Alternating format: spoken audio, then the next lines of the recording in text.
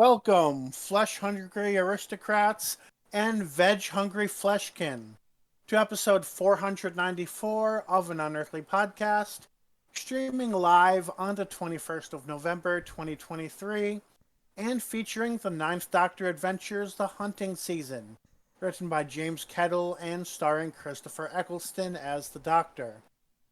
I am Bill Sylvia, the One in Black, and my Twitch window is still only halfway through the intro. With me are color commentator Alex Fireheart Yet another story that would have been fitting for October. and technical director Mad Matt Winchell. Been an unusual day.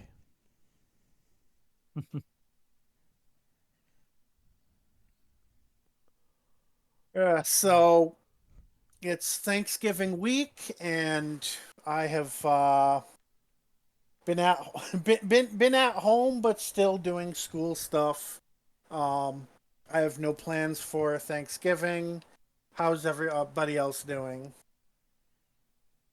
Um, well, I might, the situation at work is getting kind of stressful because it's like I made it very clear to my supervisor on Monday that's like either I get these hours that would end up probably making us have to shift the podcast day, or I'm going to have to or you're either gonna have to get rid of this guy that you keep complaining about and give me those.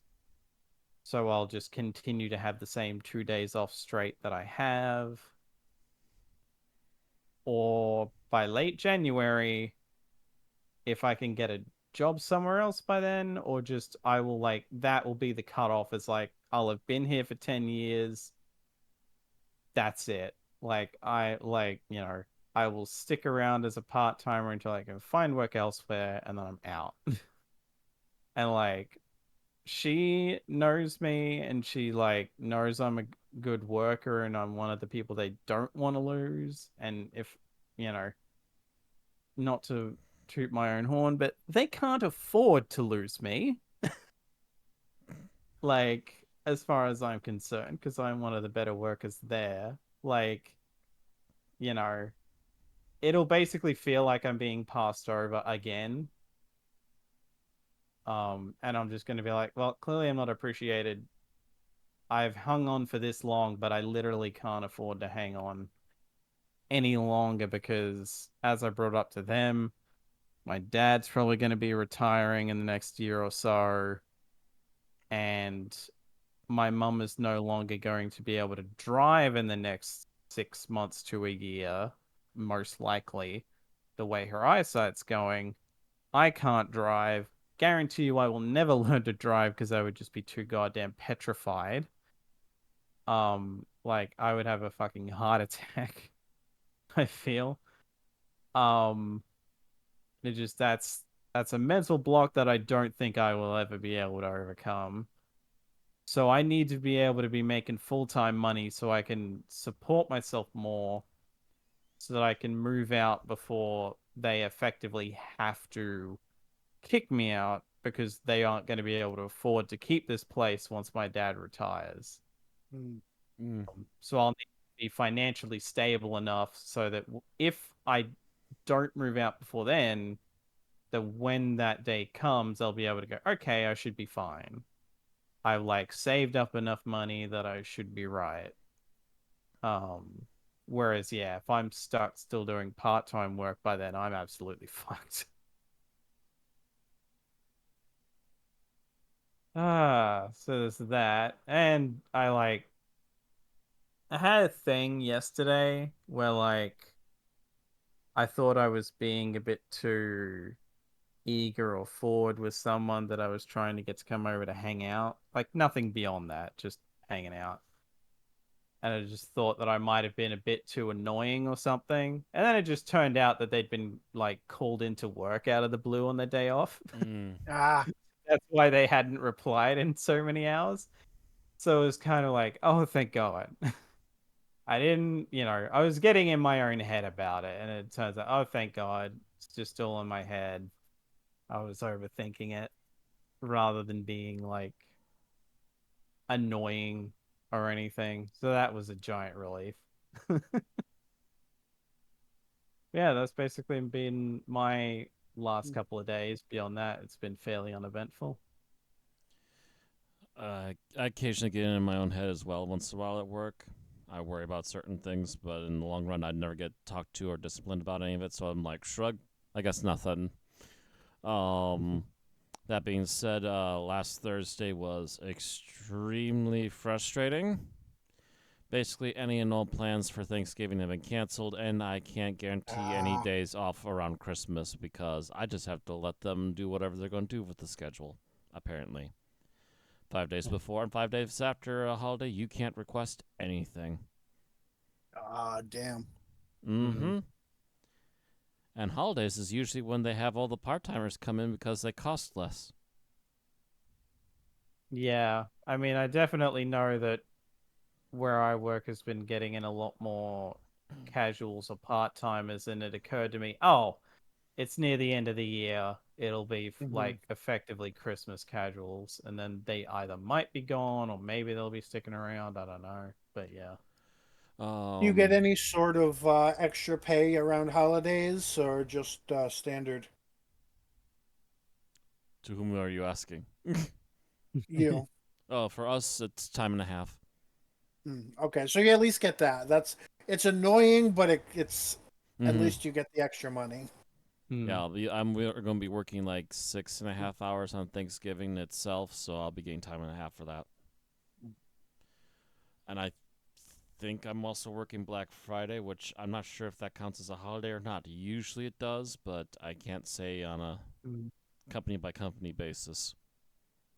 See, Uh, I'll put it this way: the thing that kind of bugs me that you're only getting it because you're working that is that I regularly get time and a half for working Saturdays because nope, that's just how it weekends don't works in count. Australia. Yeah, Yeah, that is such bullshit. there's very few industries where that would work in the US. Right. Only if I was working like a very particular office job and they desperately need me weekends or Mm. something. I mean, to be fair, it's only because I work like a minimum wage job. If I was working like a far better paying job, then that wouldn't count. But yeah, like I'm minimum pretty wage here, it's time and a half on Mhm. Saturdays, unless it's a public holiday, which is double time, and Sundays are double time. I'm pretty sure 80 to 90% of the reason why KFC closed on Thanksgiving and Christmas is because they would have had to pay us time and a half, and they're so averse to doing that ever. Like even when we Mm. were open on Easter, they're like, "Nope, Easter is not legally required for time and a half, so we can be open. We can be open on Wow. Easter." That's dirty. Yeah, yeah. That's Even ever like, kind of effed up because anywhere else I know for a fact And pays time and a half for that. Easter was also our mm, slowest non-blizzard day of the year. Mm, mm, that'd be So it was probably so why often then. so it was so often just me and a cook for 10 hours. mm. Like the way where I work has gotten stingy lately is that the management for the shopping center I work as a cleaner in um does not allow part-timers to come in on Sundays anymore because we would be getting paid double time for 4 hours of work. So they're like, no, fuck you. Like now that it's getting to this time of year, they might, but it's only because, it's getting close to Christmas. Um, But other than that, yeah, they've been getting stingy about that. but yeah, also to add on to all of that stress I was bottling up on Thursday to the point that I was actually I usually can keep a cap on it unless I'm very angry. I was starting to cuss under my breath like the last time I went out for carts that day. It was just that kind of hectic. Yeah. Mm. Um, yeah, yesterday was my last time I went to work into work. I was supposed to go in today, but I got called in this morning and told that they had kind of overbooked on people and that I didn't need to come in. Which again, I kind of feel Uh, is them cutting pay, etc. for the holiday. Yeah. But I can't say for sure what the real reason is, and it's also not the first time they've done that to me either at this current work. But I'll say this though too. The parts from my car came in yesterday. Nice. They said they'd be done by today. We were kind of already guessing it might take an extra day. I will be eagerly awaiting news of their finished installment. I will literally walk across town, because that's the short end of town, going that direction, to go pick up my car and finally drive it.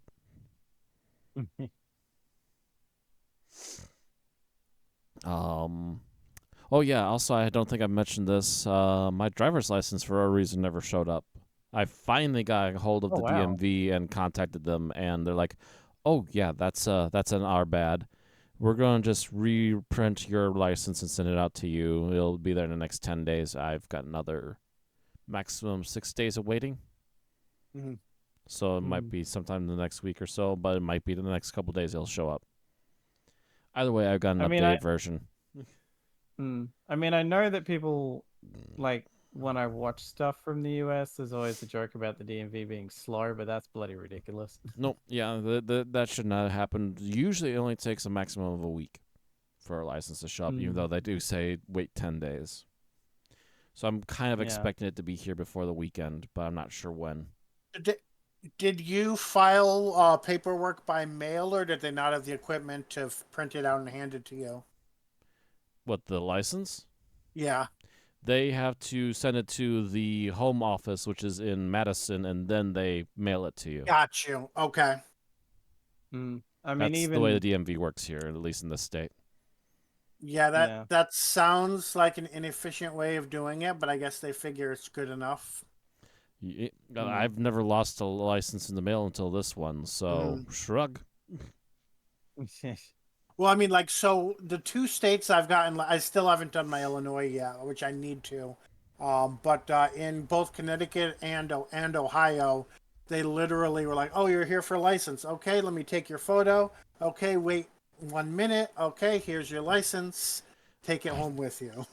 That's why I say it's inefficient. I think they used to print them inside the DMV, but I think it depends upon the DMV. But also, might make sense because you said you're in a low population area, so it might not have as the best stuff. Well, this. You don't know what these cities are like, but West Bend is not a tiny town. Let me put it to you that way. My town that I live in does not have a DMV. Period. Oh, got you. You got to go somewhere else. Yeah, got you. Okay. And West Bend, by the way, that's the place where I got my test done. That's where I'm going to get my license from. That was the town I was born in. Got you. That was my first 4 years of my life was that town, and I'm also kind of sitting here again. I'm not gonna point fingers or name names or whatever, but I'm also I believe I'm past my 3-month period for getting updated on what's going on with me and job security, etc., and what my permanent wages are going to be. I haven't heard squat, and that should have been the beginning of this month. I am waiting until this car is done and ready, and we're past Thanksgiving. And then I want to have a brief moment with management. Makes sense. Because, actually, no, I want to, before I even do that, I think I might want to have a look around and see what my options are like and have something backed up and ready, Yeah, because absolutely. I'm like, if this is the kind of weird stuff they're going to keep pulling all the time, I need to find a better paying job, or I just need to find something that's going to be a little more even keel about giving me the proper hours.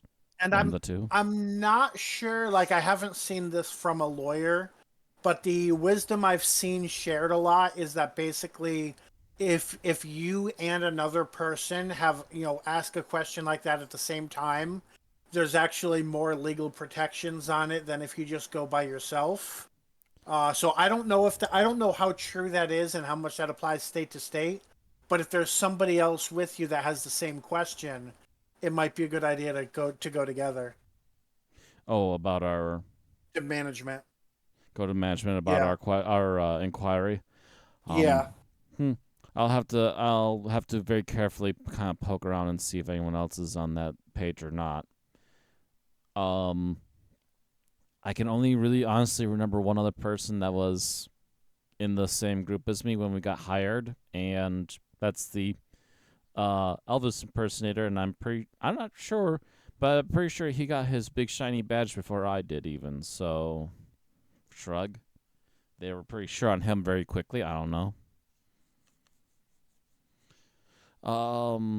But yeah, I'm kind of thinking I want some backup and some options quickly made before I come forward and start asking questions about, hey, when do I get pay raise? When do I get more solid hours, etc. And if I get a whole bunch of I don't knows or maybes, I'm just gonna go, well, then I guess we're gonna put our 2-week notice in here. So I'll find somewhere else at that rate. Mm-hmm. Because I put in how many years into Quick Trip? That's not an easy job. I thought you weren't saying the name. That was the previous job. I know, but I'm just gonna. At this point, it's been more than 3 months. I'm fine saying what that one was at this point. Okay. I've been kind of lenient on it, but say. I'll just say I've put 3 years in there, thereabouts. That's not the easiest job. Gas stations did fine. Just that I was kind of done with some of the weird stuff going on above our heads. And from what I've heard, I'm not going to name names. That there's still not there's still other people that I left behind there that are like, ugh, about being there still.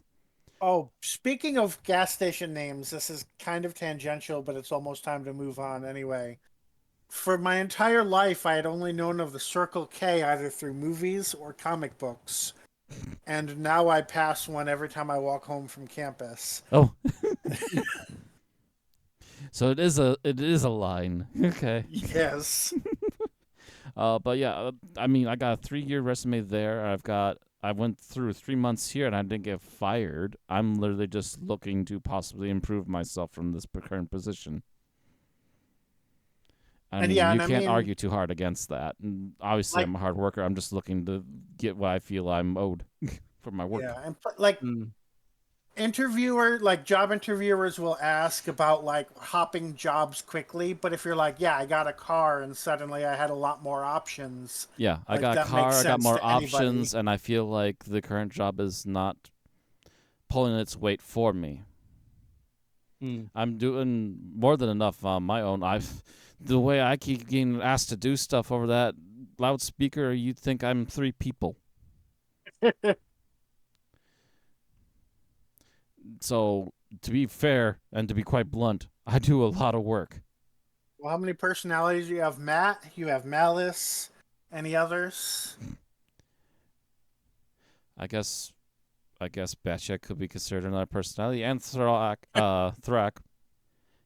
Whenever it goes squeaky high pitch energy, oh yeah, I've had him come out by accident, and people go, "Wait, was that your kobold?" I think it was. Yes, wasn't it? All right, let's move on to tonight's show. We've got birthdays and news, a hefty chunk, but not not as much as some weeks. Not as bad as when multiple weeks have been off. Yeah. Yep, we've got a little bit. Well, we've got a little bit of geek talk, a little bit of a soapbox, and then we have our summary, review, final thoughts, and ratings. So Alex can kick us off with the birthdays. Yep. So starting on the 16th of November, we have Alexa Havens. Played Esther Drummond in Torchwood Series 4, turned 43. Then we've got a few birthdays on the 18th. I think I left off part of this name somehow. I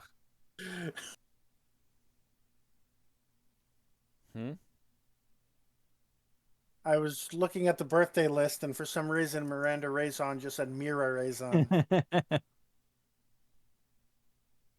Apparently I got it still. Yes, on the 18th, we have Miranda Raison, who played Tallulah in Daleks in Manhattan, Evolution of the Daleks.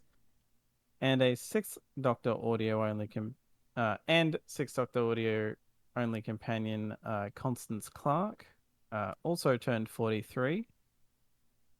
Also on the 18th, we have Stephen Moffat, executive producer from 2010 to 2017, as well as a writer beforehand, turned 62. Also on the 18th, we have Paul Jericho, who played the Castellan in Arc of Infinity and the Five Doctors, turned 75. And the last birthday on the 18th, we have Trevor Baxter, who played Professor George Lightfoot in Talents of Wen Chiang and many big Finnish audios. Would have been 91, but died in 2017 at the age of 84. So moving on to the 19th, we have Catherine Kelly, who played Miss Quill in Class, turned 44. Also on the 19th, we have William Russell in Chesterton from 63 to 65. And then again in Power of the Doctor, turned 99. He needs to So, live at least one more year. One yeah. more year, you can make it. We believe in you, dude.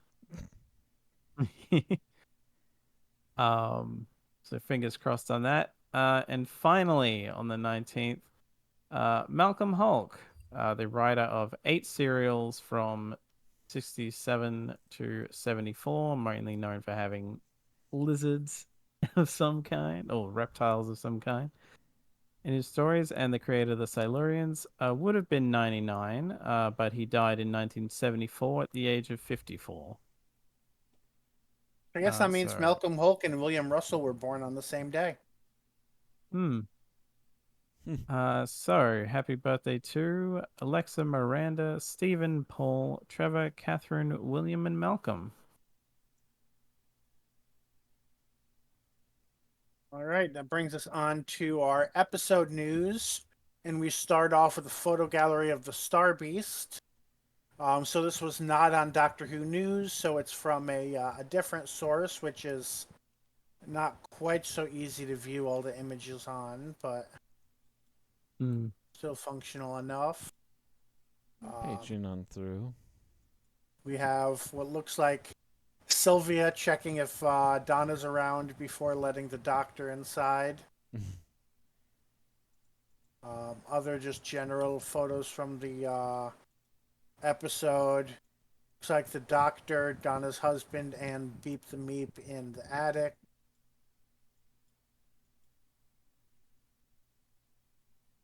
We got some photos of the Doctor, and her name is Shirley in what looks like some sort of factory.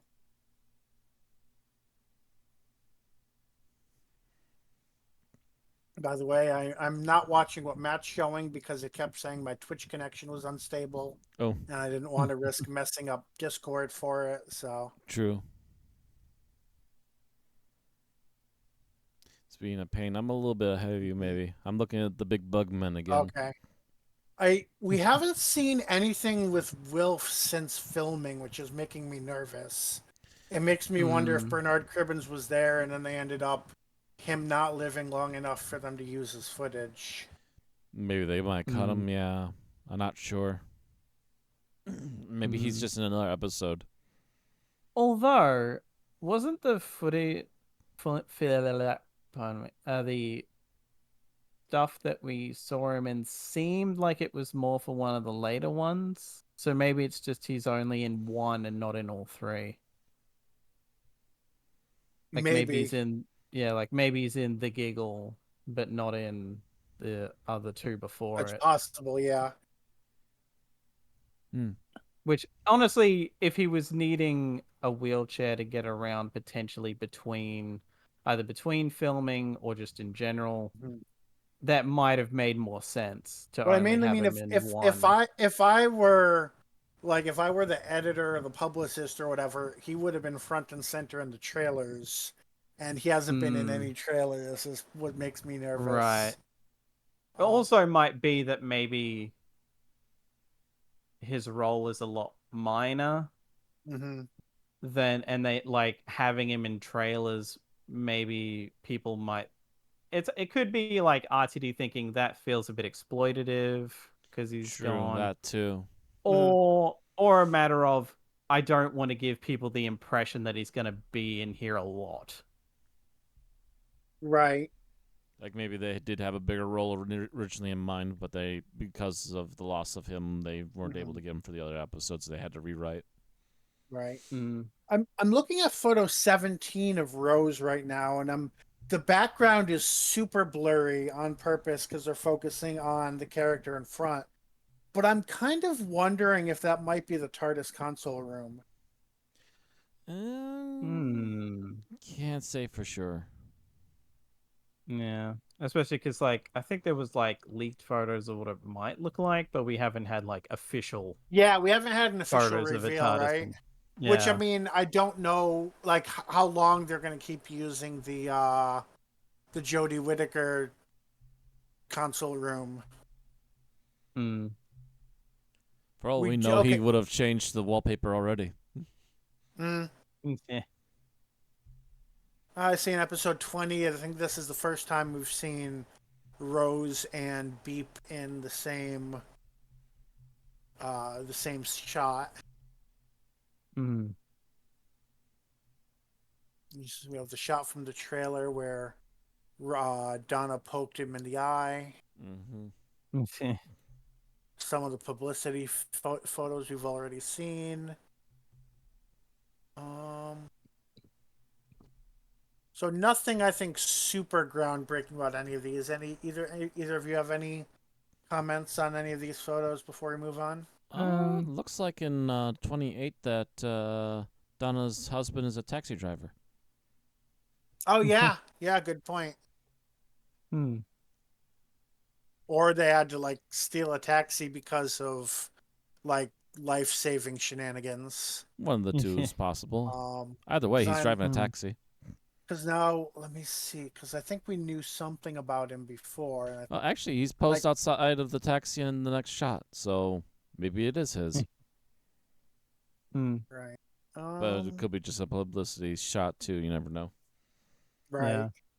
I will say the actress playing Donna's mom, it's only just hit me now. Damn, she's aged fairly well because she looks about the same she did back then. Mm-hmm. Almost. I think her hair's maybe gone a little more white since then, but that's about it. Yeah. But like it's been, and makeup, etc. But even then, like she looks about the same, and it's been like what, 15 years plus? So at least 10. Since she was on last. So apparently, when Sean and Donna were first were engaged, Sean was making minimum wage. So actually, a taxi driver would probably be a step up from that. Yeah, so there's that a would good be a chance step up, that is and what he's doing. Yeah, that would be a step up, and he'd probably be making decent money out of it. Oh, that was another. Well, I'll mention that later. I was also poked at for other possible job ideas here in town too, and I'm like, okay. I'm actually not against that idea. You're gonna be Matt the taxi driver? More like Matt the Uber Eats guy. Okay. Because I know apparently people they that are do in that town, as but a there's not a second lot of gig. us, not a lot of them around in this town. So it's like, that could actually do a lot of good money. I know people that do DoorDash just when they need extra money. So yeah. All right. Moving on from this year's episodes all the way to 2025 because the future, the 15th Doctor is speed running Doctor Who. At this point, he's going to be past and future at the same time before he becomes the present Doctor. I think. Just about. We have filming with Millie Gibson, who plays Ruby Sunday, for the 2025 season in Bristol. And we have someone else who arrived in a BBC car. Not sure who. Yep. Yeah. So I skimmed through this a bit earlier, and it looks like there's a protest involving aliens, and there's UNIT as well. So that might be a good sign for UNIT that we're still, it seems we're seeing them consistently in upcoming things. So very different than the original RTD era. Well, we saw Unit in the original RTD era. And Just they were complete jokes. yeah. It would seem that at Um, least the new crew in Unit has allowed Russell some more ideas. Mhm. For the record, apparently the guy stepping out of a BBC car was an actor named Jonah Hauer King. Okay, I think I just saw that name now too. Apparently he was in that live action remake of The Little Mermaid most recently. Oh. Mm. Um Yeah, I mean, I look at him. He kind of, yeah, I could see him as Prince Eric looking at his face. Okay, I don't know what Yeah. what his Doctor Who role would be, but I don't know if that's a costume or just his clothes or Oh, what. farther down, Mm. Millie Gibson and John Hodder King romance confirmed. There we are. Oh, you're saying that is that one of the captions? That's one of the captions for one of the pictures, yes. He does seem to be leaning in a little. So he might Come on. have even just been visiting for all we know, rather than like maybe he's actually acting on the show. Well, I Maybe think he's I just saw there him with a visiting. different jacket on, so he might be acting, but might be just a minor character for the role or something. I don't know. Oh, I guess whatever jacket he's wearing in the things we see Oh, I also might see. just be Okay. covering up his like costume or something Oh if yeah, he is the in the the the, the black episode. and pink jacket seems to be covering up his green actor jacket. Gotcha. Okay, so that's a disguise sort of thing, or like a better version of a tarp to cover things from the audience. Or to just be warmer either way, yeah. Mm-hmm. Depends on the weather, you never Okay, know. so as long as this isn't another Danny Pink situation.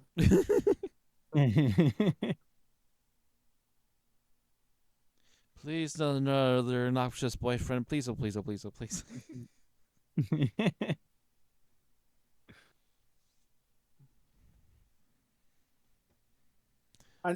Part of me wants to say shame on Russell for introducing a straight relationship, but I have a feeling at this point some members of the audience would riot if there was another gay relationship. So I, I guess it's fair.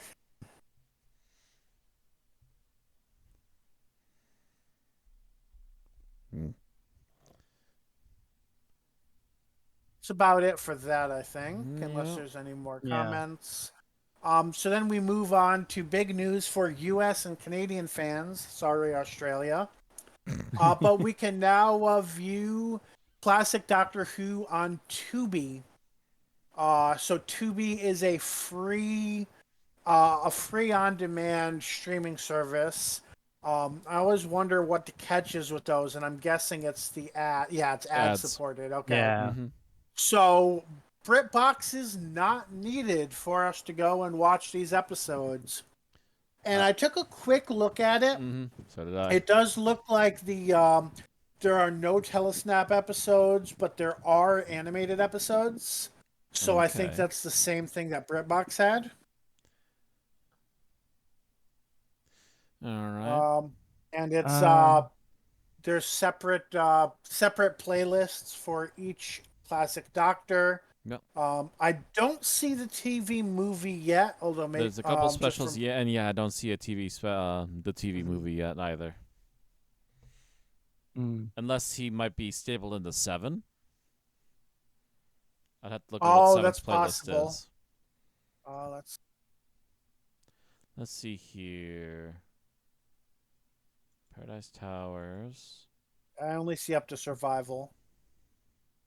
I only see up to Dragonfire. It's sorted by season. Oh. So yeah, you have to click and change There the we go. season. Yep, only up to Survival. Oh, they got Red Dwarf on here? Looks like it. Dude, I might have to be switching over to Tubi. Holy shit. They got Doctor Who, they got Red Dwarf, and they got Mystery Science Theater. I'm fucking sold. And Doctor Who Am I? That was one of the specials we recently covered in the news, right? Yeah, that's one of the fan specials, I believe. Yeah, so that's on here as well. Mm-hmm. I just noticed it when from searching Doctor Who, and it comes up as a And they have the 2023. freaking Hogfather. I've been meaning to see the live action version. Anyway. So in other words, there seems to be better free stuff on Tubi than there is on the app I got from the public library. So I don't know why I downloaded this movie app from the library when we can just watch stuff on Tubi. Babylon Apparently, 5. Yeah. What? I am What I is am glad this? that I didn't buy BritBox this semester. You can save your money. You can find almost all classic Who on here, and if you really need to, I can find some way to lend you the movie. I mean, I will. I have a physical copy.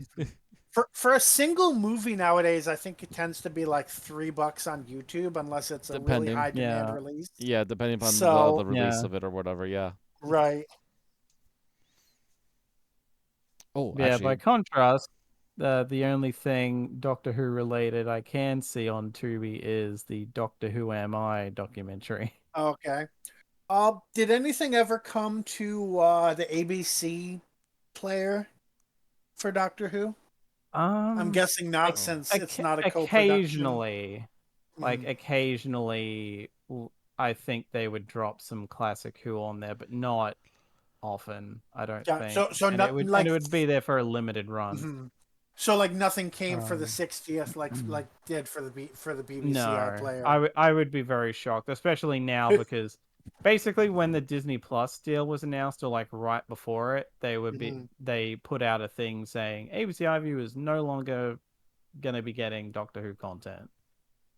Um, but that being said, we also have BritBox here, and BritBox here has all of classic that isn't purely telesnaps.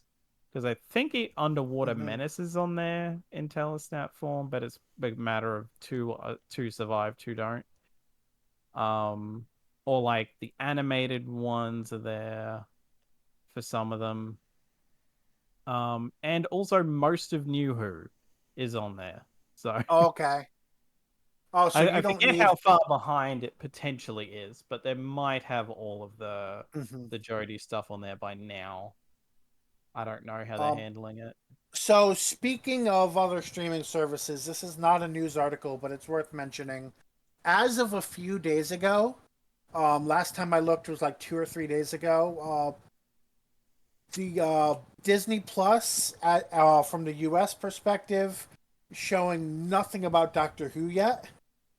So hope I don't know on the 25th if it's just going to be brought in as show up as like an independent thing, or if it's going to get its own tab the way that Marvel and Star Wars do. I've been hoping for the Mm. latter, but so far nothing. shrug. Yeah. Also, Yeah. also so far everything that was on HBO Max is still there. So Mm. I'm guessing it's still going to be to watch things that are already out. You need Max to watch everything that's coming out. You need Disney Plus. Thankfully, Mm. you don't need BritBox to make it 3 subscription services to watch Doctor Who. Yes, Yeah. You Tubi's a still godsend need on this two. right now. Yep. Save Yeah. some moolah, folks. I It's probably yeah, worth it to sit through an ad. it would not surprise me if Disney were able to secure this deal, and the idea is like when the rights come up for them being on Max, Disney might try to snatch up the Maybe. rest of New Who then. Maybe, yeah. But this was a way of like, this is us getting us getting the stuff that's new now. Right. Like, Mm-hmm. is the way With they're the doing possibility of snatching up was more stuff smart. later when the question comes up. Yeah, because it's like it's Disney. I do not see them making a deal where they're like, oh yeah, we'll let this other company keep that in perpetuity. Right. I No. mean, fuck Disney. Disney is the ones that made the decision. Okay, no more comics about X-Men or the Fantastic Four Right. because Fox and Sony own them. So Yeah. yeah, I don't see them being like, yeah, we're just gonna keep sharing this pie with with Hmm. I get Warner Brothers Discovery, I guess, is technically the Yeah. company name now. So I don't really see that. Disney petty cutting Mm. out other people out of the pie? No, never. Yes, they did. Shh. uh, All right, so moving on from the Tubi news. So yes, there was Children in Need was this past week, and I'm pretty sure we all saw the special. mm-hmm. Special in which Davros, played by Julian Bleach, who has been the new Who Davros since 2009, 8. Wait, Around there, When yeah. was season? 2008, 2008. Yeah, when was season 4? Yep. Because I keep thinking season 4, 2009, but that's not correct. I mean, the second half, the specials were 2009. Yeah. Yeah, the specials were Uh, 09, and that's when I had to go Yep. home. But yeah, so this is the same Davros, except he's not in his chair, and He's I'm not in going the, to be he's talking. pre-accident. Yeah, Or just pre whatever. Because we don't Right. actually know. I believe it's how. been heavily hinted at that there was some sort of accident that caused him to I was go going into to the chair and get all those people burn say marks inside. accident pretty consistently, so I don't remember the source for that, but I think it's confirmed. I don't remember where the source is, but I just know that it's been mentioned a lot and at large whenever Davros comes up, and why does he look that way? It might be one of those things where, like, either the writer that came up with them or just like writers from the classic era have said, well, this is what we assume happened, and people are taking that as gospel. Either that or there was a line in Genesis that none of us remember. Maybe. But in the Children in Need special, the Doctor is revealed as one, the person who first called them Daleks, and two, the source of the plunger arm.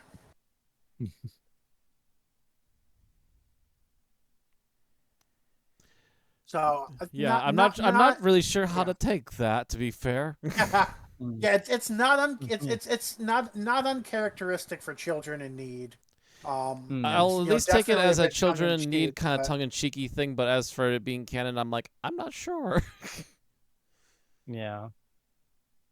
Like, I mean, I guess that's the thing. These are usually very self-contained to where, and like, I've even seen other people point out, it's like Doctor Who canon is like funky as is. So, like, Depending on who you can ask, kind of yeah, just the universe has pick and been reset a choose. few times. Yeah. Like, so you can basically, if you really wanted this to be canon, it could be, but you could also ignore it.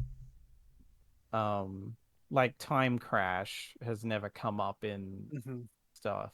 So, although Time Crash, there was no reason to it. This is kind of the Doctor accidentally inserting himself into right, an yeah. important sort of time his own period. And it's like, Yeah. And then of course you get the references where he's like, "Oh, this is the genesis of the Daleks." And like, okay, that's a little That's bit on of a the wink, nosy. wink, nudge, nudge. Yeah. Bit too meta. So hopefully this doesn't get into this. Yeah, I don't think this gets quite in the territory of what I'll be talking about later. But I always felt that the reason Dalek started to experiment on, I just called him Dalek. Davros started to experiment on the Daleks, or what he called the Mark II travel machine, was because he was in his own travel machine, because of his accident or whatever it was. So the fact that this is the standing Davros, but he still made the Daleks, seems a little off. No, I always understood that he was playing them as a weapon from the get-go. I don't think it was always meant for just him. I think it was maybe an extension from his stuff that helped him become mobile. But yeah, it was more like that was what it was. I interpreted as that's what got the idea in his head in the first place.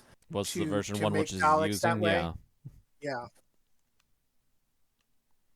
He just But decided to go completely bananas and went even further. Mhm. And, well, mad scientists with a war to fight.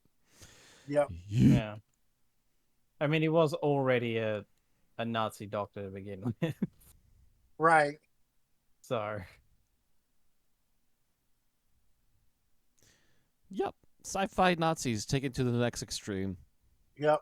yeah. Exterminate. Also, well, yeah, this does not come up in the interview thing. So it is very interesting that our sci-fi Nazi has what looks to be a South Asian. Oh, actually, yeah, you can tell by the actor's name. We talked about the actor last week. Mm. We have a South Asian Khaled. Mm-hmm. So yeah, not something you typically expect. So it seems they're trying to distance the Khaleds from the Nazis in Just a that smidge. I respect. mean, yeah. Just a I mean, little like smidge. they did that in the sequel trilogy for Star Wars as well, but there was a lot more non-white people in the First Order, and it was like, oh, Still not many aliens. yeah. Well, yeah, I think that's how they've retroactively handled it in like expanded universe stuff. Is like, no, no, no, they're racist towards aliens. Humans are fine. Aliens are where it's thingo, unless you're like Thrawn. Right.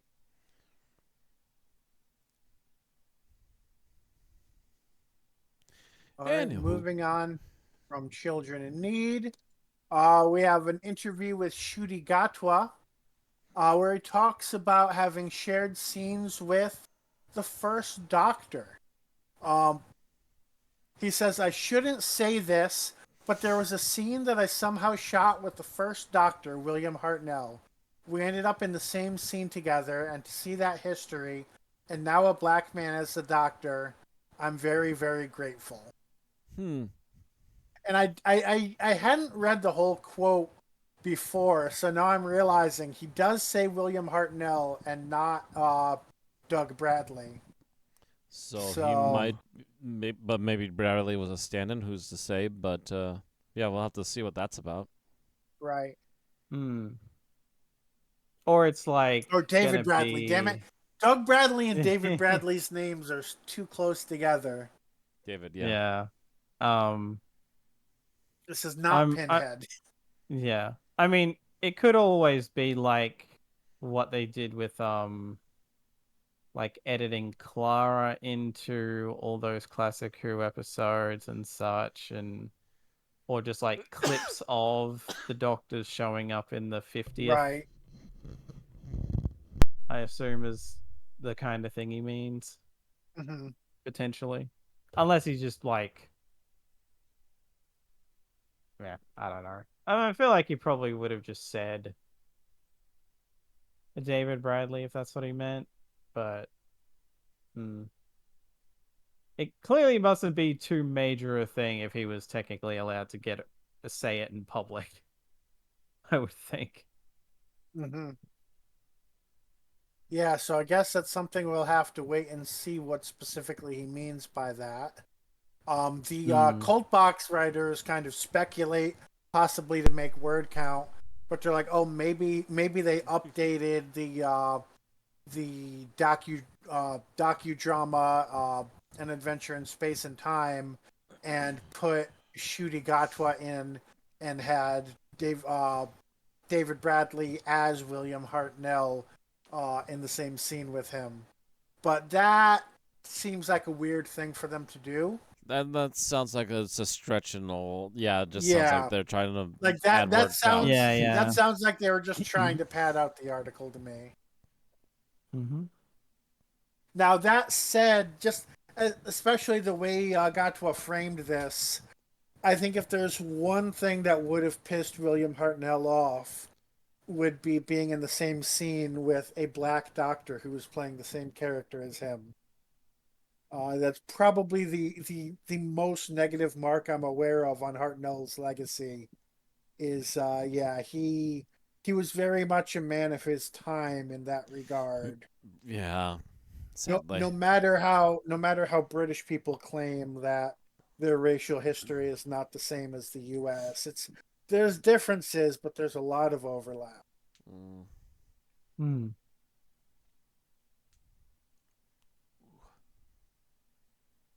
Right. That's the end of cast and crew news. And we move on to new releases. Yep. So it seems from Candy Jar Books, we have got two new releases, and because it's Candy Jar Books, one of them has to relate to Unit. Well, both of them technically relate to Unit somehow, and technically the Brigadier as well. So no real surprise there. First up, we have Unit: A Legacy in Doctor Who, which is exploring the history of Unit, both the days of it being the United Nations Intelligence Task Force and Unified Intelligence Task Force. Uh, from the inception in the, I guess, was it tech? Yeah, in the late 60s through to its heyday in the Third Doctor era, the occasional appearances thereafter. Seemingly, from what I can gather, skimming this, it's pretty much stops with the end of Classic, and we're probably not getting thoughts and stuff on modern era, which makes sense.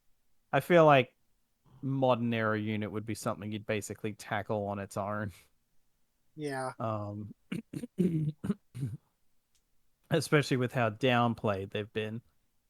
Um,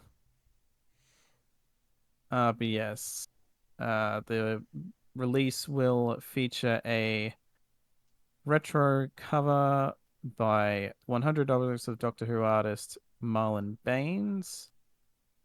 Yeah, a bunch of interviews with writers and actors, talking about the importance of Unit, the development of it, the mythos, etc. Um, oh no, apparently there will actually be some discussion of at least Kate Stewart. So maybe it'll go into that, but it also might even go into just the fact that she started as essentially a fanfic character that was made canon. Um, by virtue of being in fan films. Oh, Um, I see something on the cover here. Oh, there's actually, if you look at the cover for this, there's a lot of interesting details in there. I see hmm. some larvae that look unusually large. I see a church, which reminds me of the Daemons. And I see a dinosaur downtown London. Hmm. Hmm. Looks better than the horse inspected Um, puppet that was actually in an episode, but I digress.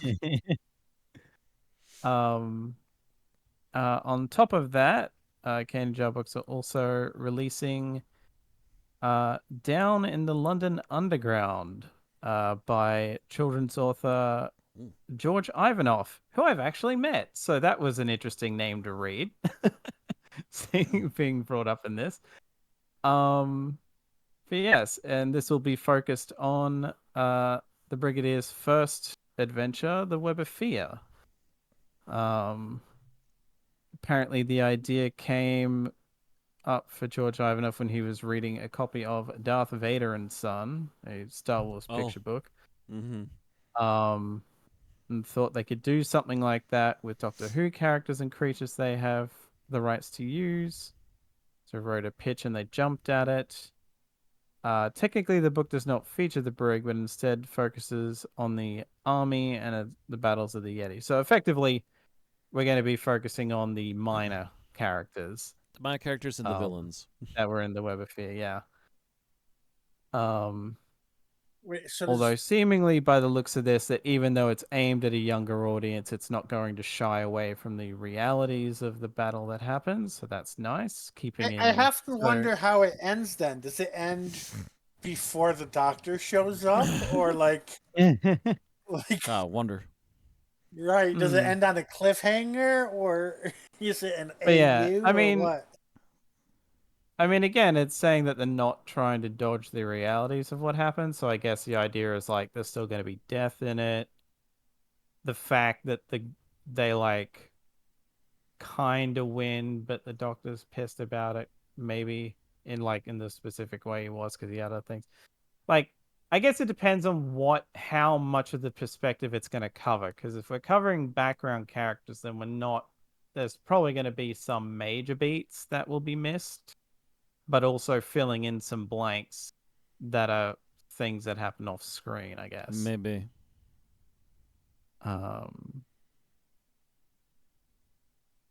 Yes. In any case, I think that's about all I could really see skimming through. But in any case, both are available to pre-order, as far as I can tell, from Candy Jar's website. And not that expensive either.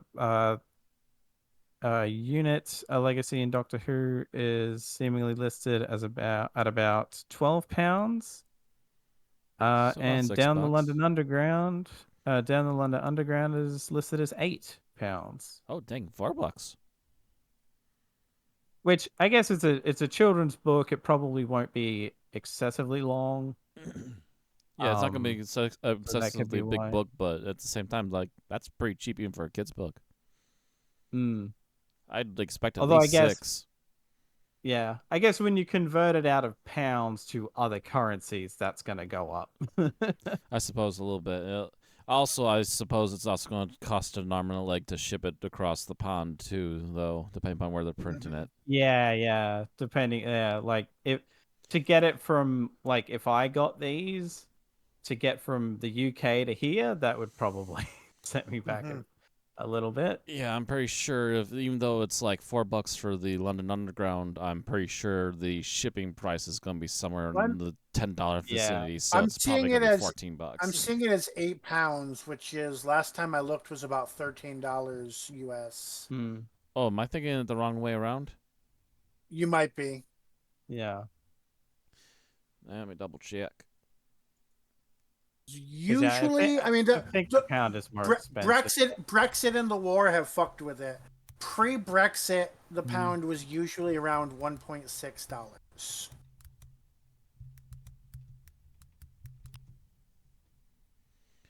Oh yeah, it is more for US dollar. Oh, so if it now was- it's actually about $10. So the pound is way down compared to what it was pre-Brexit, which is partially Brexit, partially global events. Yeah.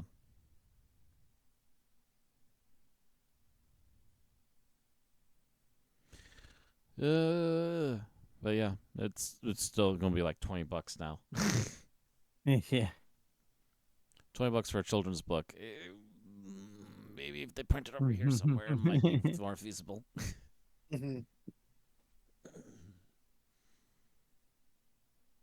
But yeah, alright. So moving on from that, we have some exclusive Doctor Who audio stories coming to vinyl. From Demon Records. They will be celebrating David Tennant and Catherine Tate's partnership in 2 audio exclusive stories on vinyl read by the actors themselves. So essentially what I take from that is that this will be more, I guess, short trips in style of thing, or it's like more of an audio book style probably than audio drama with a full cast. Yeah, I don't think it's gonna be a full cast audio drama. Yeah. At least like read by the actors themselves to me implies It'll just be no matter how the other talking through an entire story. Yeah. Rather essentially them narrating rather than having a full cast, or it just being like a story that only has them 2 in it or something. Right. So oh yeah, even there we go, going down a bit. Pest Control, which will be read by David Tennant. The Doctor and Donna face monstrous insects and a ruthless robot exterminator when the TARDIS is lost and bound to some planet. I'm not going to read out the whole thing because we'll be here all day. And the Forever Trap, which will be read by Catherine Tate. The duo find themselves imprisoned in a complex of luxury apartments in space. Neighbors are a terrifying assortment of aliens. Why does that sound slightly familiar? Is there going to be a giant robotic piranha in the swimming pool?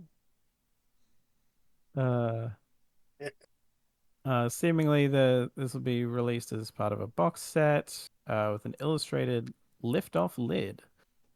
So yeah, it'll feature 340-gram vinyl LPs, 3 in transparent red, 3 in yellow, each a unique inner sleeve, full-page booklet featuring sleeve notes by the authors of the stories, reflecting the process of writing for Tennant and Donna, how they regard the stories 17 years later. Stories are accompanied by original sound design and Murray Gold's Series 4 arrangement. And you can pre-order it now on Demon Records. With the like from Demon Records with the link, and seemingly the link goes so you can either get it A on list of places. Amazon, some place called Artist Store, another one called Resident, one called Rough Holy Trade, smokes. Yeah, I'm not buying this. and some place called Rare Waves. £84.99. Yeah, these Yeah, are for this collectors. Yeah, this is for hardcore Yeah. collectors. Holy smokes. I don't know what currency this is coming out in, but I clicked on the Rare Waves one and it's listed as $189.99. That might be US by the looks of the price on that freaking UK Amazon storefront. Holy cow. Mm. By the way, you can still buy new vinyls in stores for maybe between 20 and 40 bucks. This is a little ridiculous. Yeah. Yeah.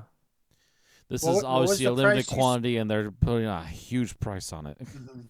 What was the price you said you saw, Alex? Basically $190 if you So round that up. that would be Australian then, because I'm seeing 124. Yeah. Yeah. The Amazon one was 80, like effectively £85. So yeah, with how weak the Aussie dollar is, it would Okay, not it'd be surprise me. 106.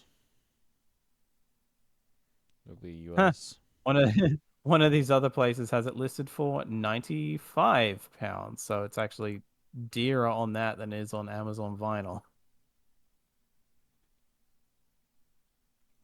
In any case, Yeah. moving on. Let's see.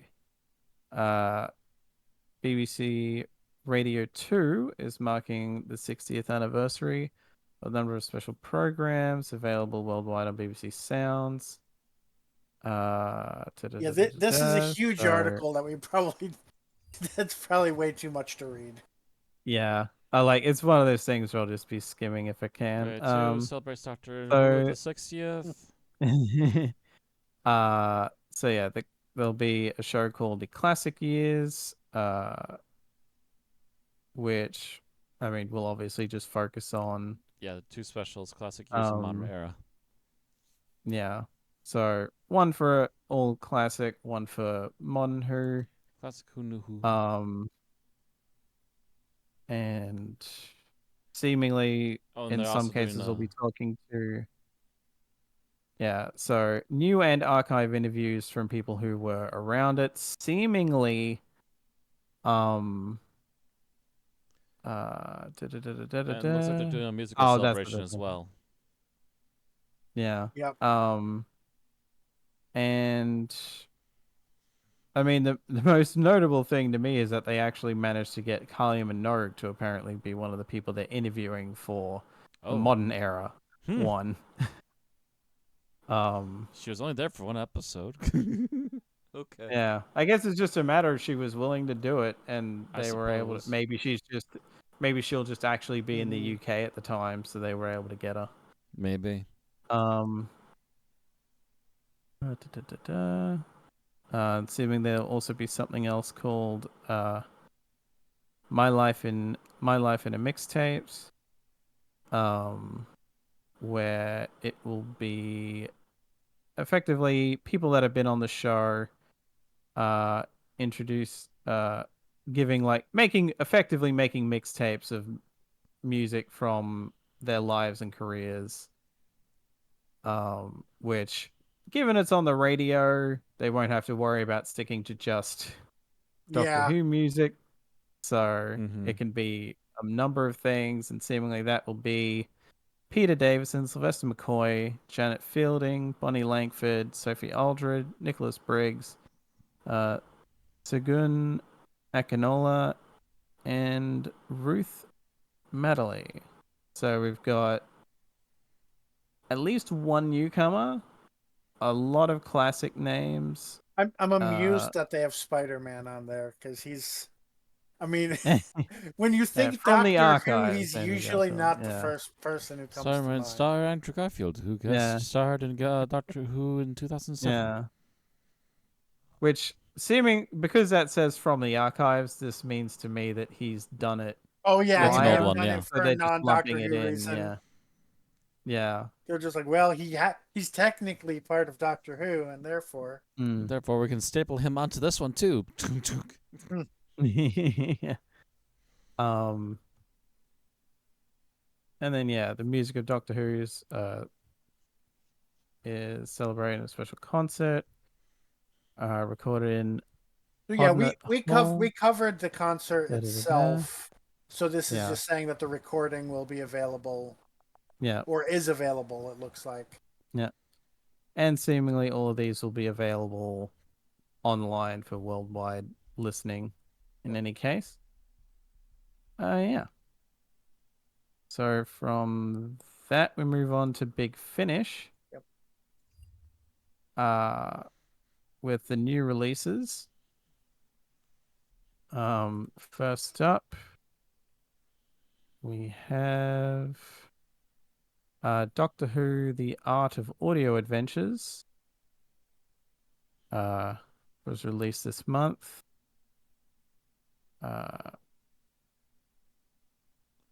Exclusively available on A Big Fish glossy until hardback. January. Seemingly, it will be and this is a book release rather than Yep. audio. Yeah, It's a glossy hardback it would compiling be very odd if the art of the audio 100 of the adventures was an audio. yeah. Compiling 100 Big Finish audio drama cover artworks in a lavish coffee table book. And seemingly that for me runs almost $86. So 56 US. 56. I'm wondering what it is after shipping because I wouldn't mind Well, it. from Right, the UK, yeah. it'll Yeah, it's be not like going to 10 be to 20 cheap. bucks. It's not going to be very Yeah. cheap, no. Especially considering the size of the book. Yeah, that's Right. gonna hurt my bank account if I tried to order in that.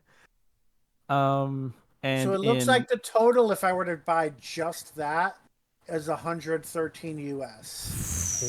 Never mind, it's freaking Because another $50. So they have a per order charge now, which is basically, I guess, just a processing fee, which is $6, and then a $50 delivery cost, a delivery. So the delivery fee plus the per order fee add up to the exact same amount as the original book. So yeah, you're basically paying double price. That's very much if by some miracle we had like a Big Finish sponsorship or something, and we had a code we could give people that we could also use to get it. Wink, Right. wink, nudge, nudge. But but no, we don't. So no. Like maybe seemingly it will be available. The idea is currently it's exclusive to the website, but in January I think it said late January of next year, it will be available outside of the Big Finish website. And then then we'll see if Amazon Prime gets us anything good. Or even just if it'll be released into like bookstores in general that you can walk There's into. also always checking on eBay. But You moving chuckle. on from I just finished. Actually, that's one thing I haven't mentioned before. I just finished buying up the last of the Death Dealer comic books. I just need 4 more, and I'm done with that series. And next series, they're going to go cyberpunk. Moving on from that, we have an audio release, the 10th Doctor Chronicles Volume 2, Defender of the Earth, written by Trevor Baxendale, Carl Rowans, Alice Cavender, and Una McCormick, and starring Jacob Dudman. I don't mean to snicker, but I'm sorry. I hear that title, and immediately my brain, being an 80s child, goes, Defenders of the Earth. There's a reference for you kids. Yeah.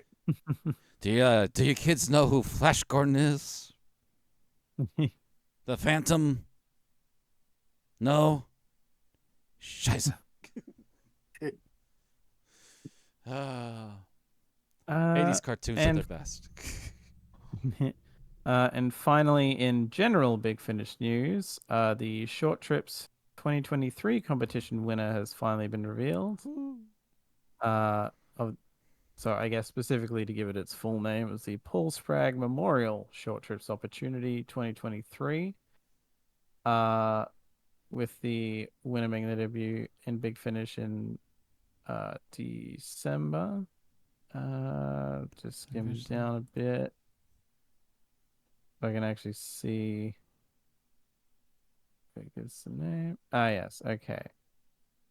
This year the judges chose The Hoxsith Time Capsule, a sixth Doctor adventure written by Paul Davis and read by Colin Baker.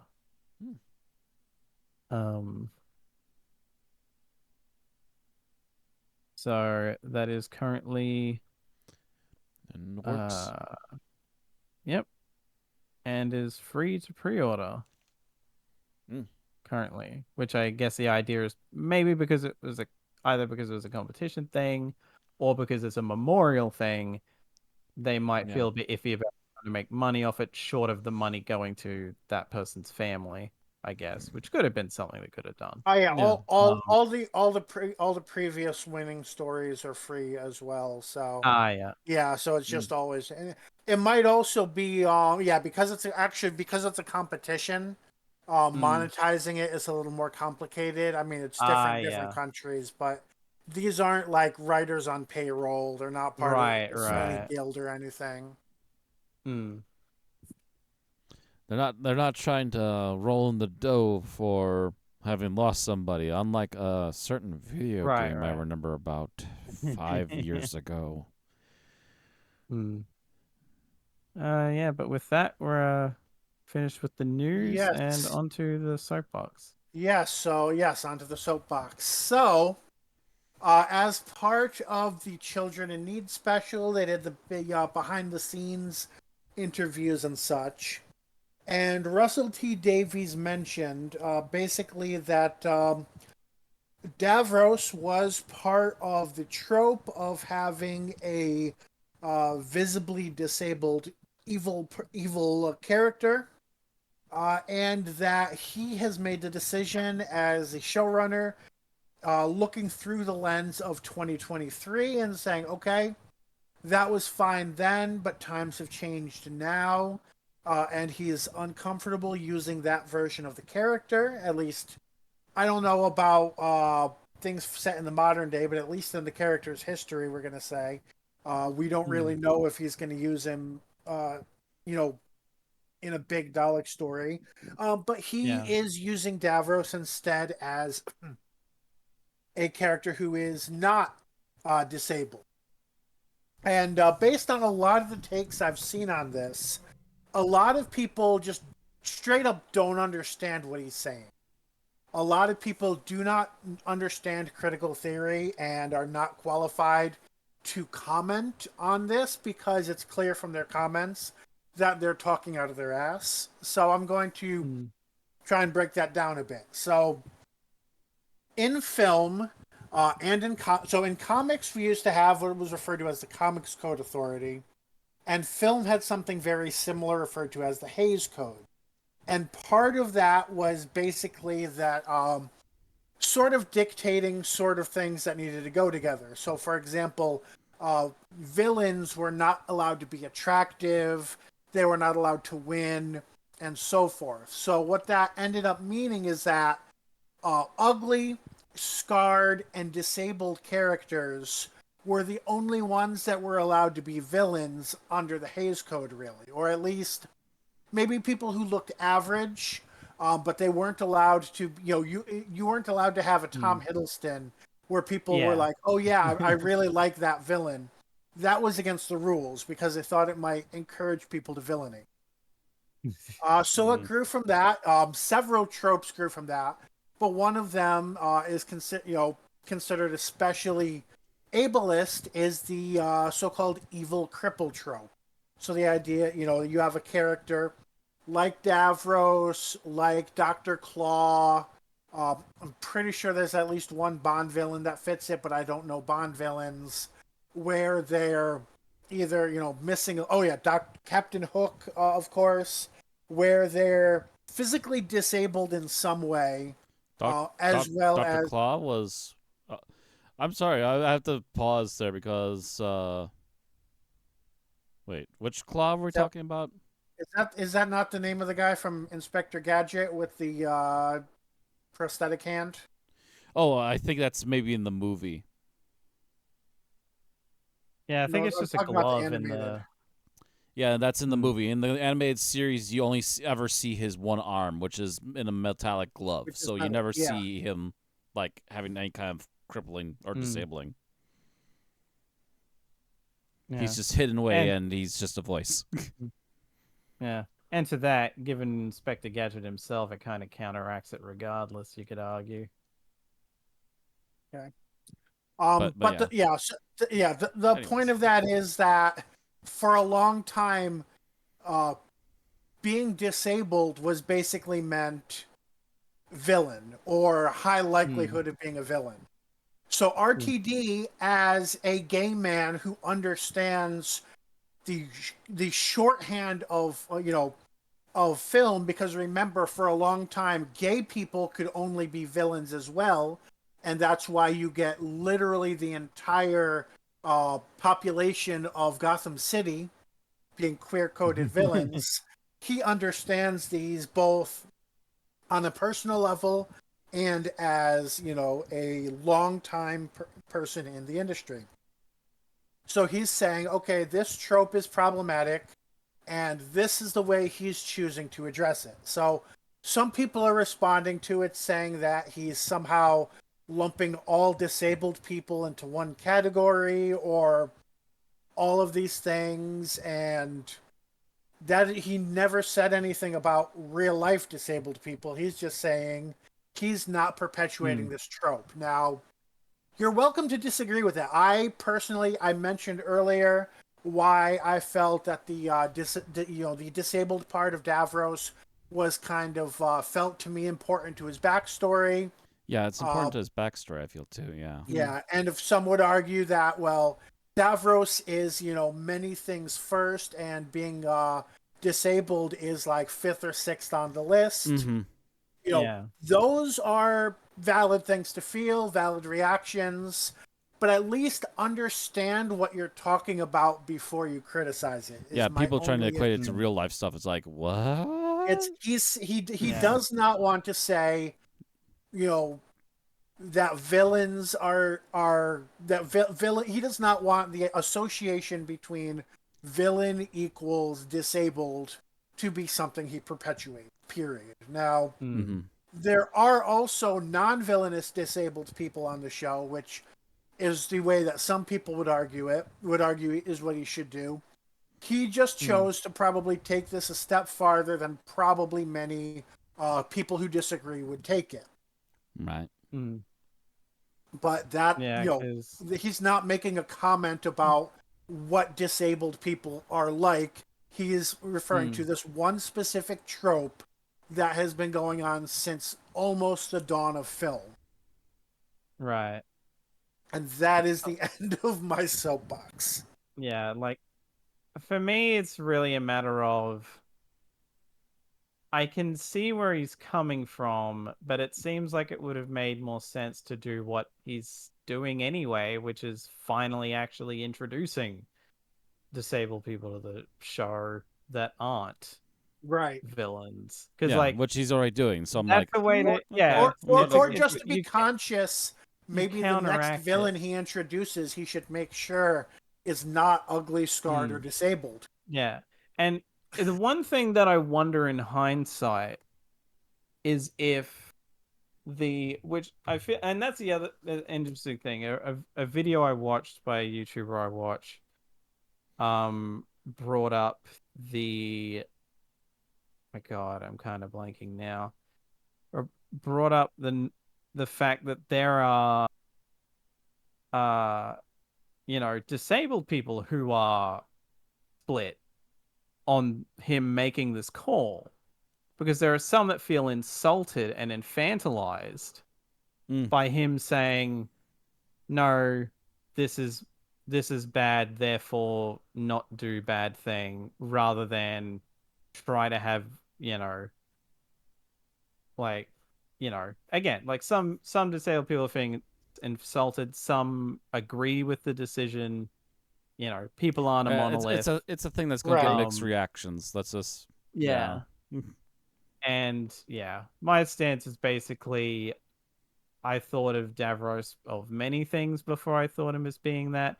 Something that I would have taken issue with if it still happened now and maybe happened in the 80s, I don't know, would be if the Doctor or anyone else that we're supposed to like was mocking him for the disability, yeah. That which none of them have, especially not the Doctor. The Doctor knows he's a threat. Yeah, so like the Doctor if that was going on, has that mocked would Daleks for perceived inability to climb stairs, which was stupid at the time, because even in the 60s we knew the Daleks could fly. So that was just the person who wrote Remembrance of the Daleks being foolish. Yeah. But yeah, it's one of those things of like. Actually, I think we never really saw them fly on their own. They usually have saw like them platforms kind of or stuff. We saw them like jump from ship to ship. It wasn't really like they didn't really clarify the mechanism. Like they didn't show like the bottom of the Dalek, but we knew that they could travel in some way that did not, that a wheelchair could not. Yeah. And like generally it feels like, I mean, he's bringing in, seemingly someone in the Beat the Meat story is going to be a wheelchair user, and I'm pretty sure one of the actors looks like she for appears in the Giggle series, as well. right? So she might be in all three. And he's got like an actor who seems to use a mobility aid, who's going to be in either series 14 or 15. I forget if it was clarified which, probably 14. Or even like the Christmas special. The younger actor. Yeah. The little person actor. He's younger, but I'm pretty sure he's also like, he has dwarfism or something. Yeah, I wasn't quite sure because they talked about his age. And not, I don't think they specified how tall he was. One of the few, I think like one of the few things I've seen him in has him seemingly using a mobility aid. I'm not sure if that was just for long distance covering or something or what, but it's a matter of, he's bringing in people like this. It's like, just do more of that. Right. Because like, if you have examples of both, then you can say, this is a way I'm equating that. Yeah, there are because I think even one dismissing the negative with having positives. Yeah. By like, I can get the idea of literally the only consistent disabled rep that the show has been Davros, and that's a bad look. And I will say that this is also the show with the Master where one version of the Master fell into the ugly, scarred, like play that up to show that like he looks like death. But usually the Master is, like an attractive, charming, very sleek kind of guy. Yeah. A character that, is kind of the opposite of that trope most of the time. Yeah. That being said, again, we've mentioned before that Davros became what he was because of that accent, so it's not against the character's grain to finally show him a bit more before the accent, because we've also seen child version of him, I believe, at one point, didn't we? Yeah. Yes, in we Moffat, did. And it does. And that's it. Yeah, if he were to if it were to just say this is him before the accident, and you can see he's still evil, you That know, undermines any of the other weird things you tried to right? attach to him after the accident. Yeah. Yeah, but yeah, so it was mainly the idea that him saying this is how Davros in this era is going to be portrayed is kind of what the reason why people are paying so much attention to it. I think, Mm. as Which, compared to it just being in yeah. that one short. Yeah, yeah. I mean, I think I've seen it I've seen it speculated that maybe he just meant that like this is the only depiction of Davros I'm gonna do, and he's just not gonna show up while I'm still in Maybe. charge. Maybe. I mean, he's already had his run on Davros anyways, so. Yeah, yeah. True, true. All If right. anything, deep dive on Davros and before, again, Yeah. pre-accident. Um. All right. So moving on from there to Geek Talk. And I tried to watch both the Guardians of the Galaxy Holiday Special and Volume 3 before this. But I ended up pausing and not getting back to it. So I'm only going to talk about the Holiday Special for now. And it's very clear, just from what I've seen of Volume 3, like these are the same cast as Volume 3, the same set that it's mostly set on as Volume 3. You could almost you could probably believe that they were in the process of filming Guardians of the Galaxy Volume 3, and someone said, "Hey, we should write a holiday special." So I forget if we've given a plot summary of it on it, but I think at least one person has watched it. I've never heard any plot summary that I can recall of this. Okay. So it's basically that Mantis wants to make Quill feel better after he's sulking about the loss of his relationship with Gamora. So she decides to give him a gift of the great warrior Kevin Bacon. And I'm not going to go any farther than that because that's the setup, and any farther than that, of course, is spoilers. I mean, that alone is an interesting setup, and it does match with what has been in the previous two movies, so fair enough. So the majority of the holiday special, and the holiday special is like under an hour. I think it was like 45 minutes. So now I understand why people were not calling it a movie, because it is shorter than a typical feature. The majority of it is basically a comedy duo movie with Mantis and Drax, and I do feel a big weakness of a lot of the appearances of the Guardians of the Galaxy is leaning too much into them as a comedy duo, and I'm going to talk about that more when I cover Volume 3. But as a holiday special, it works because a holiday special, is supposed to be funny. There's supposed to be a lot of comedy. And them knowing nothing about Earth or nothing about Kevin Bacon or all of these other things is funny and enjoyable. And it kind of plays into what you kind of expect from a holiday special. Plus, it actually gives Mantis something to do. Yes, it does. And it actually drops a plot point that is relevant to Volume 3, although I don't think you really need to have watched this first. Ultimately, I would say it was a pretty good special. I enjoyed it. It was worth the 45 minutes. Yeah, if you like Guardians of the Galaxy at all, and you don't hate Christmas, even though they call it a holiday special, it's very much a Christmas special. They just think that changing Christmas to holiday makes it more inclusive, but the word Christmas probably appears 100 times in the special. It should have just been called Christmas special. It's not holiday special. It's not going over a broad stroke of holidays. It's not about Life Day. Yeah. We don't have Wookiees in robes. But yeah, it is what it's a Guardians of the Galaxy Christmas special. It's exactly what you would expect. If that appeals to you, then you'd enjoy this. I could see certain families watching this every year in December. Fair enough. And yeah. Oh, and they make reference to some famous Christmas movies as well. Oh, fair enough as well, yeah. All right, and that is it for Geek Talk. All right. So who's doing the summary? Oh, that would be you.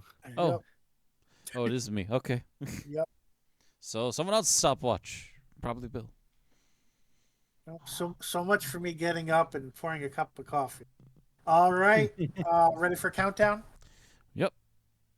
All right. 3, 2, 1, go. All right. We start off with I believe it's technically family members or something. It's the staff at a rich family hall that I believe is in somewhere not too far away from London. Essentially, the one of the working girls there is messed up again, and they're about to go above and beyond where they should for reprimanding her. But just as they're about to do it, they hear strange noises from outside. They go out to hear horrific semi-robotic voices shouting something about flesh as they ride about on horses, and a couple of times even shoot what can only be described as a laser weapon and then run off. To this, apparently the couple of the family members of this hall go out every morning to go hunting, to which the daughter is enjoying herself doing so, and as they're hunting, they suddenly come across a man coming out of the woods, which happens to be the Ninth Doctor. He comes up, gives his credentials, which lands him as a brigadier. Woohoo! And he is welcomed into the household, and he catches up on what all is going on, especially why they seem a little extremely gung-ho around here, but also starts to read between the lines that there's something on that the working staff might be having some issues too. But while he does manage to stop from any horrific things happening, he doesn't get too overly involved because his main focus is trying to figure out what on earth those things are, as they are apparently robotic monsters riding on horseback, shouting something about flesh and looking for something, and then running off. And while the people of the hall have been opening fire on them, they have yet to really hit them. That is until the night that the doctor sets up a trap to try and lure them in. Since they keep mentioning flesh, he sets out a trap with a lure with a whole bunch of meat, but the things just drive on by on their horses. And on the way back to the hall, they realize that one of them has been severely wounded on their way back, but are otherwise ignored and not trampled by the horses. The next morning, the cook, I believe it was on her way back from collecting some things in town when she saw the horrific beings out by a makeshift camp in the low light of the early morning, and had quite the fright on her way back. The doctor manages to convince the owner of the hall for him to go over and try to conversate with them to possibly put an end to this fighting. To which he finds out that they are indeed aliens. They are the Flesh Clan, so they're just chanting their clan name the entire time they've been doing that. Not that they're hungry for flesh.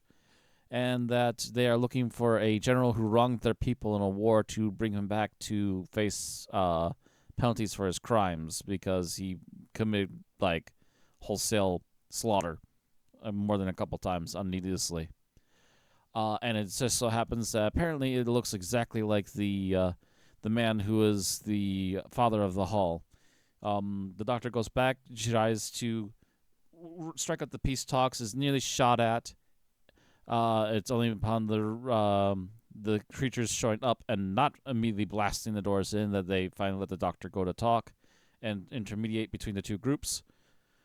And they are welcomed in for a meal. And again, even though the poor cook is having a fright in the kitchen, they manage to tell her, well, they're vegetarians, so you don't have to worry about them too much. Just get some vegetation going. And they bring that forward, and they start to have the meal, which is when it's uncovered that the father is actually the alien general who somehow used like a chameleon arch of his own to basically himself backwards and become an adopted child of the family that actually did own the halls. So he has been with a human woman and produced a child that also shares apparently some of his bloodlust, which is why his daughter is very gung-ho for weapons and violence, etc. Long story short, there's a chase. They're fired upon, and finally, one of the aliens is forced the flesh. Gosh dang it, it's taking too long to remember names. One of the supposed villains shoots at him. He's knocked over the banister and falls on the armor, which then pierces him and kills him. During the fight, they start the house on fire, and no one there has enough means to put it out before it would catch everything anyways. So they let it burn as the doctor gets the horse back to help the two working ladies to finally go back to London. Also having set up things with the one to possibly start designing dresses. And before they could welcome him on board to continue on to London, he disappears into the woods back to his TARDIS. The end. Right. So it's like 5 minutes and almost 23 seconds. I have about 25 seconds on mine, so yeah. Either way, trying to remember names, and it takes too dang long. I just need simpler names. Also, what are vegetarians? It was not a word back then. Right. So I really do need something to drink. So either you can start with what Matt likes, or you can just chatter, and I'll be right back. I guess I can start with what I liked. And then I guess Alex, then we can go to you when I'm done with mine, and then we'll just chatter if we have to while we wait for Bill. For my liked thing, honestly, I really liked the sound play on this one a lot. Like, there was a lot of sound effects that definitely sounded, because we've always commented how, like, some of the sound effects we get usually with these audios can sound very much of the era. It very much sounds like modern laser guns. The coming and going of the horses is very detailed to the point that you can understand what's going on, and those voices, too, are a really nice touch. Because you're not, I can't get a mental picture, or at least not initially, but I kind of almost figured, like, ghouls, but on horseback, and then as it kind of evolved, it's like, oh, it's actually more like they had this whole suit, and then when you remove the helmet, it is kind of ghoulish thing, but not completely. But yeah, just the sound and everything in this one in particular was really well done, and there was a lot of sound play they had to work with on this one. So it's actually very good and very poignant for an audio. So, Alex. I am, it's a bit of an easy pick, but I'm definitely going to go with Christopher Eccleston in general. Because, like, I know, like, in the first volume of stuff he did, we were a bit forgiving because it sounds a bit rough, but it's also been a swing. while since he did it. Yeah, so it was like he was never really off. He was just getting back into the groove of it, and he was getting, like, progressively better and better as they went on. This feels like he's fully back in the swing of things. Oh yeah, this feels like first episode 9 Doctor. Yeah. Maybe even a little more manic than he usually was, but it very much still feels like the same energy. Because he seemed to talk past people quite a bit in this one. Yeah. And a lot of talking back, and which is very a Doctor thing anyway. It's a Doctor thing, yeah, but I also remember 9 being very stern about talking back at people, and he was getting they started pushing his buttons about midway. Yeah, like there's a lot of sarcasm directed at these rich people and all that, and like in a way some of it almost feels very like either third or fourth Doctor, like not in tone of delivery, because I feel like Tom Baker and John Pertwee would both be a bit more like direct and blunt about their distaste for these kinds of people, but just like the very sarcastic responses and all that a lot of the time were very like very fun. Yeah, I would say that 3, 4, and maybe a mix of 10. Hmm. Because 10 would be also he would also not be quite as blunt as 3 and 4, but he would very much go into the deep sarcasm and dry Yeah. wit humor about it. Yeah. Yeah. Like we never got to like, I guess by virtue of the setting and the people involved, we never had like a Capaldi knocking out the racist moment necessarily. But Until about yeah, it that was point, very yeah. like, yeah, he's trying to be He's trying to be as nice about it civil. because he understands it's the times, Yeah. but also he's very dead set against it. Yeah. Because like to a point, even like Tom Baker's doctor and some of the older doctors would occasionally like unwillingly, you could kind of tell, but they would kind of be like, well, this is a time period I'm in, I kind of need to play along. At least And a little like bit, and he was not giving it a yeah, little bit, but after a while he was just like, nah, this ain't happening. yeah. Well, yeah, it's like pretty much as yeah, it's like as soon as he realizes what's going on to the help, he's immediately like, no, fuck this. I'm just gonna call you out now. Although I And think yeah, he's a little more passive than he would have been on screen. So we're also kind of probably, arguing that yeah. he might have been understanding that it's the times, but at the same time it's going too Mhm. far. Yeah. Like again, like I feel like modern Who doctors are usually less blunt about it than some of the classic ones were. But again, I specifically bring up 3 and 4 because Pertwee and Tom Baker were usually very like they had no time for people Sarcasm You like that. you sledgehammers. say that, and then I think the Idiot's Lantern and David Tennant, that was I was originally written commenting for that there's a little Christopher blend of 10 in there Eccleston, too shouting down the father. Mm, for the piece of work that he was. Yeah. yeah. But again, like in this kind of thing, they usually it takes a bit more, whereas I think with Pertwee and that they were usually like they didn't really need much of an excuse. And again, it's not like a negative or anything. But yeah, But it was we're just just a saying thing of that he's like, very on point for 9. Okay. yeah, So And what are my the comment is that I really liked the sound effects, and there was a lot of really good sound mixing and so forth going on. okay? So, Bill. So we have the sound design and the what was it basically the and writing of Yeah, just Eccleston. Eccleston in general. oh Yeah, okay, so just the because Ninth Doctor in it general. felt like this was it felt like this is very okay. He's fully back in the swing of things. This Okay. story. So if Eccleston is off the table, I'm just going to fully say the acting of the supporting cast and that Mm. you could really Yeah. tell like the characters, complete more than willingness to just be awful, and you could, Hmm. they really leaned into the uh I really look forward to the killing. Can you tell me more about the killing? And Yeah. Tell us more about just the war. yes, the Hmm. way they acted that, and his name does not sound like the way it's written. I think they called him Stratum, but it's spelled like Streatham. Uh, Hmm. yeah, he was a bit more subtle, but just as awful, Yeah. Yeah. if not Mm-hmm. more so, since he was the one routinely Hmm. torturing his employees. Uh, Yeah. so yeah, the two of them especially, just the acting was on point for like how you're supposed to feel about them. Hmm.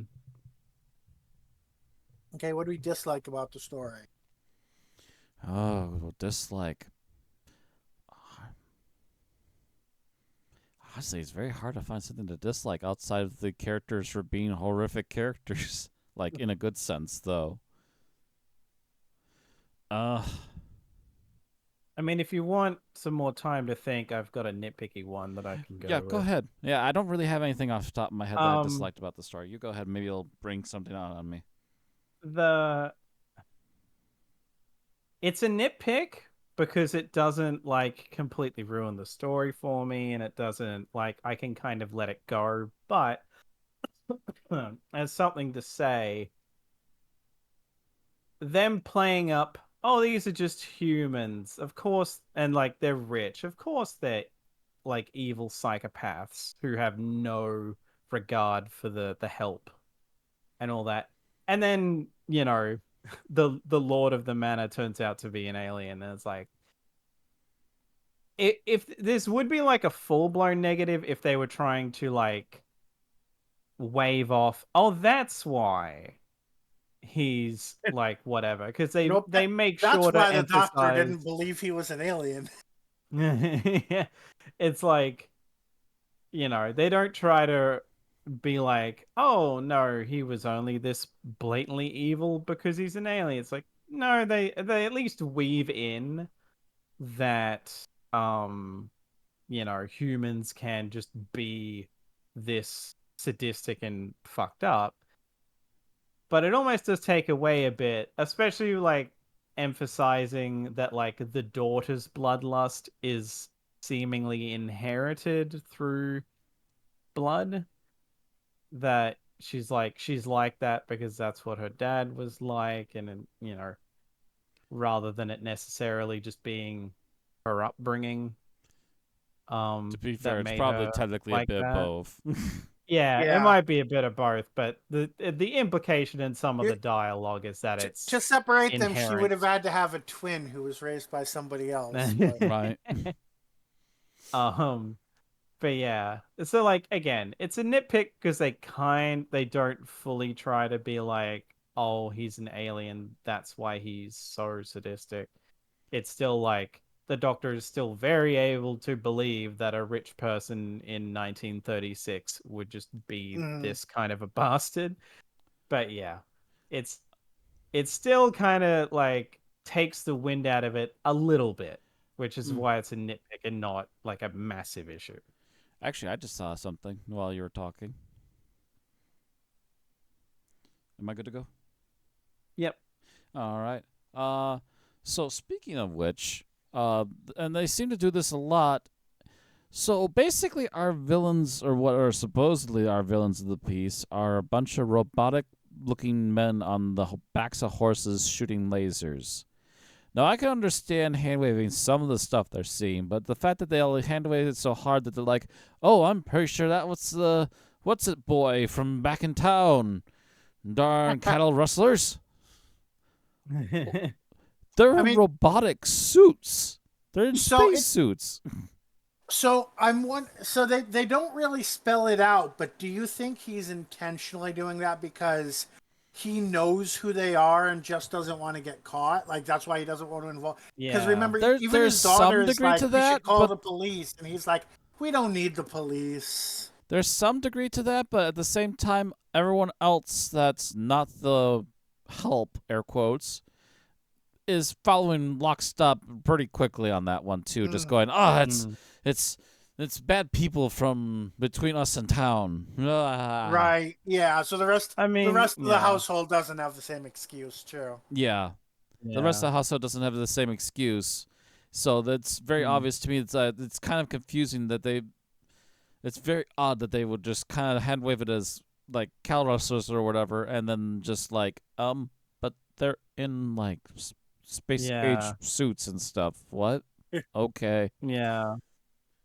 And I can even give them the as someone who has seen some weird stuff in their life, I can even give them hand waving maybe a little bit of the laser weapon stuff too, but not to extremes like what these guys look like and how they sound. Yeah. I mean, like, to a point, you could almost go with trying to rationalize something that they can't comprehend. But it feels like with Stratum or whatever, the sort of head butler, whatever. Mm-hmm. That guy I could see being very lockstep of, oh, my master said this is the case. I'm just gonna go with that. And the ladies in the kitchen, very much the same. I could see them being like, that's what we're being told. We haven't seen anything. We'll go along with it. But yeah, the daughter, just like, the "Can I daughter kill is one? like, We need to kill one."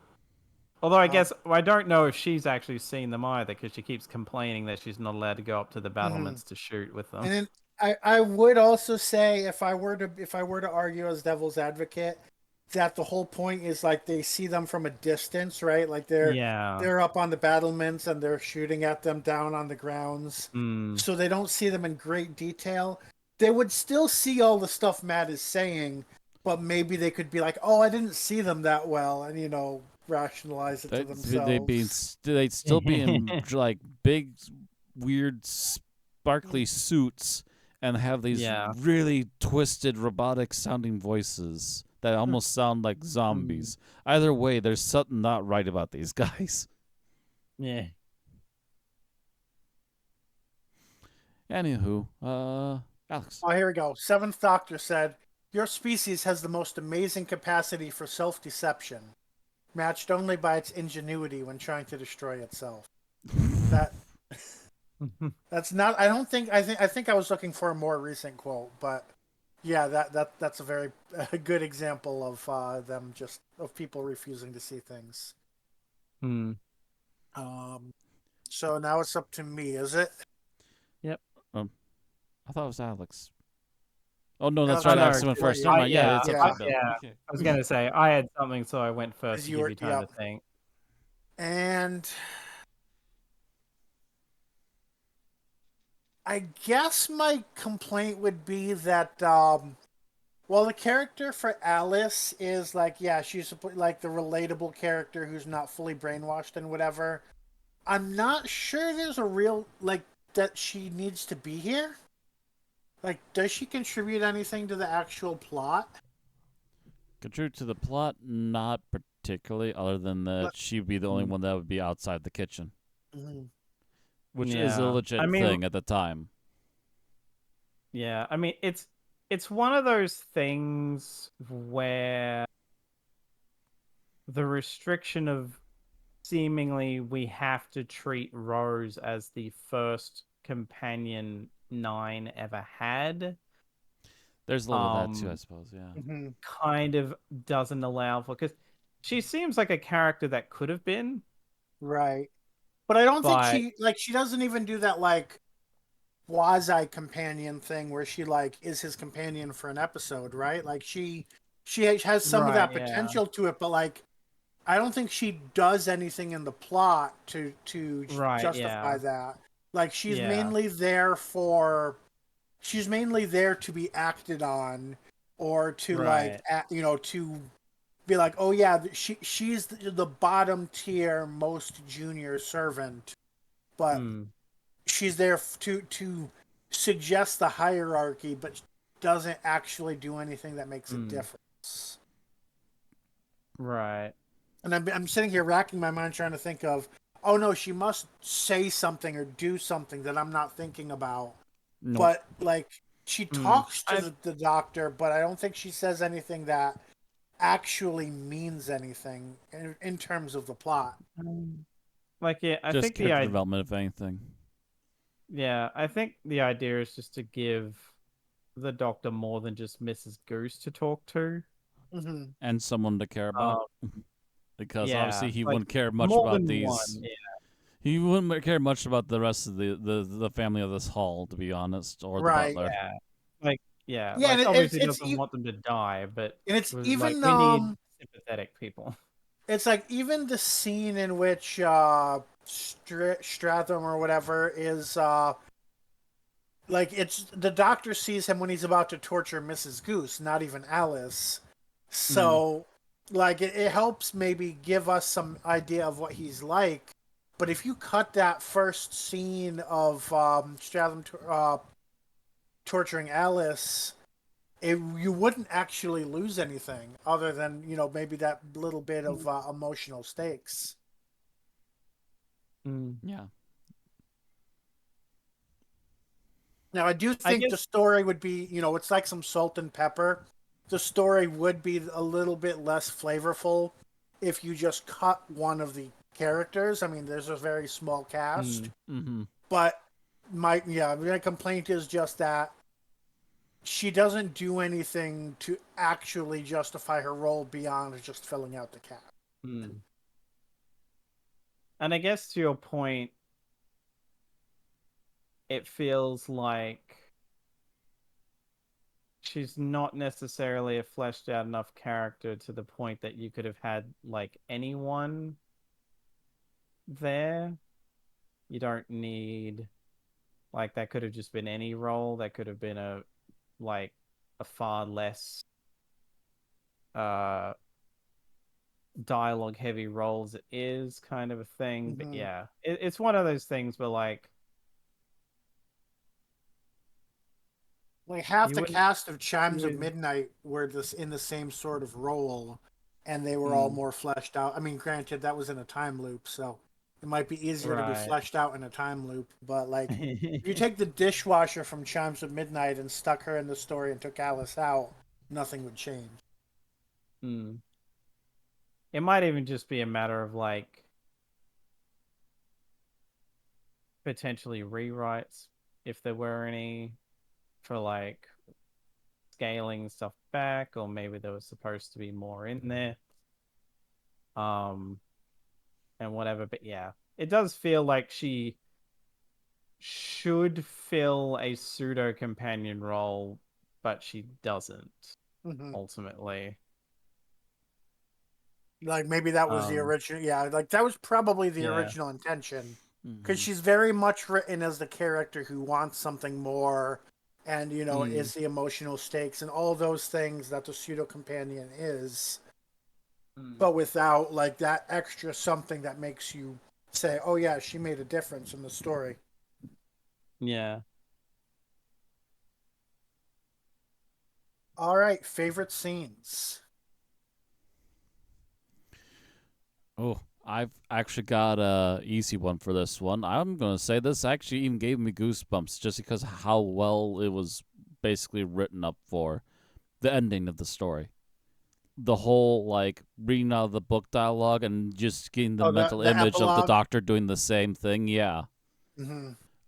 like that was just Mm, such picture perfect, well done, written and directed dialogue. Just yes, gave me goosebumps. I'm like, yes, mm. the Ninth Doctor is riding off into the sunset, like Mad Max and so many other interesting Wild West hero characters like them before. Off to the next one. Okay, Mm. makes sense. All right, Alex. I meant to write down the line so I didn't potentially forget it. So if I get it slightly wrong, then my bad. But the instance of Stratham calling the doctor something to the effect of an ingenious coward. Yeah. Yeah. In the I think that in the was the chapel. line. Yeah, he's like you feel less like a soldier and more like an ingenious coward, and the doctor just kind of laughs and goes, "Yep, that's me." That's me. Mhm. Hello. Because it feels like, especially his reaction, just feels like, "Wow, I haven't had that one before." No, But yeah, that's if this were a fully mm, edited video, it'd be to take the clip "Coward Any Day" from his final yeah. episode. Mm.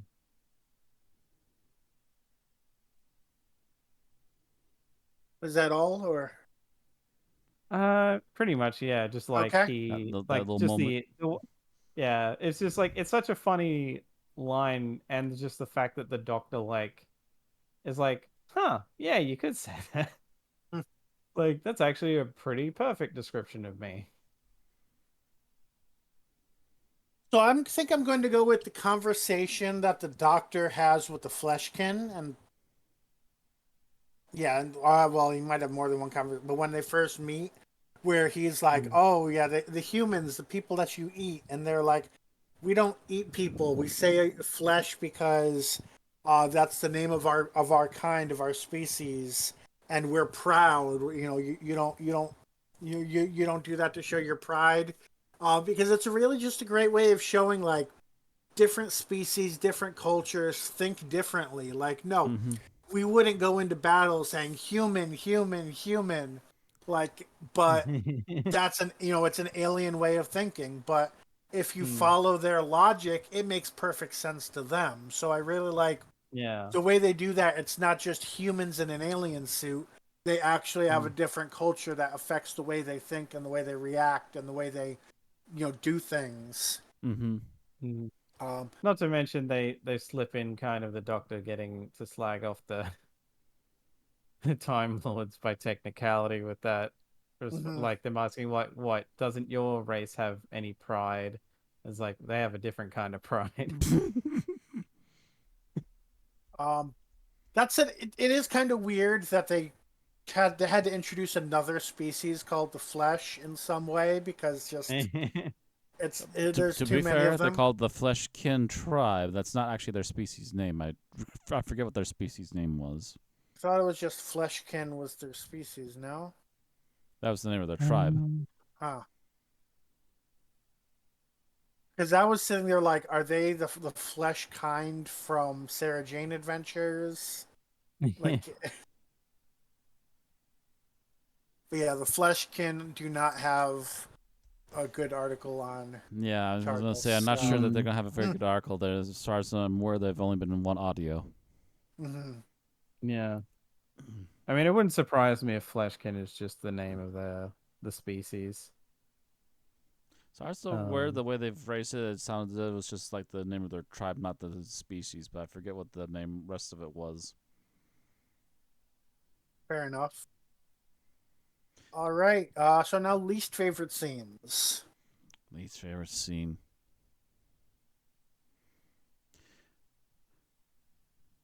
Well, hmm. Well, I understand it from the like warp perspective of these people. At the same time, we're going to torture an old woman with coals over the fact that someone stupidly choked on a fishbone. hmm. I mean, you didn't notice the fishbone while you were chewing it? It's a Too little rich to notice, I guess. apparently. That's why I grew But up eating again, fish. By the way. I understand that I understand the logic that I not the logic. I understand that that probably would be something that these crazies would do on the extreme because they are rather extreme. But at the same time, the fact that they would blame the cook for it is a little Hmm. bit like off kilter for me. Mm. Because the way it sounds, you're eating meat. I would expect there to be a possibility of bones very often, in fact, especially Right. back then. Yeah. By the way, I just think since you're referencing that, I mentioned this in our group chat, but Heimlich was still in high school, so it'd be weird for the doctor to call him a doctor already. But I'm sure the doctor wasn't thinking Hmm. about that. right. I think it was just like it was more so just a general Mm, reference than I mean, it could have been someone getting the dates wrong, but it could also just be the name drop like he does with other people yeah, later. it's like usually name drops historical figures that should be dead to people in the present. Here he's Yeah. name dropping somebody who hasn't actually come up with the thing you're crediting him for yet. Yeah. Although sometimes the doctor will be like, "Oh yeah, he's going to come up with this great thing." Mm. Well, he's also done tongue in cheek too about certain people that he's Right, apparently brushed Yeah. right. shoulders with. So, Yeah. But I Mm. figured that was just there wasn't a better time to mention that.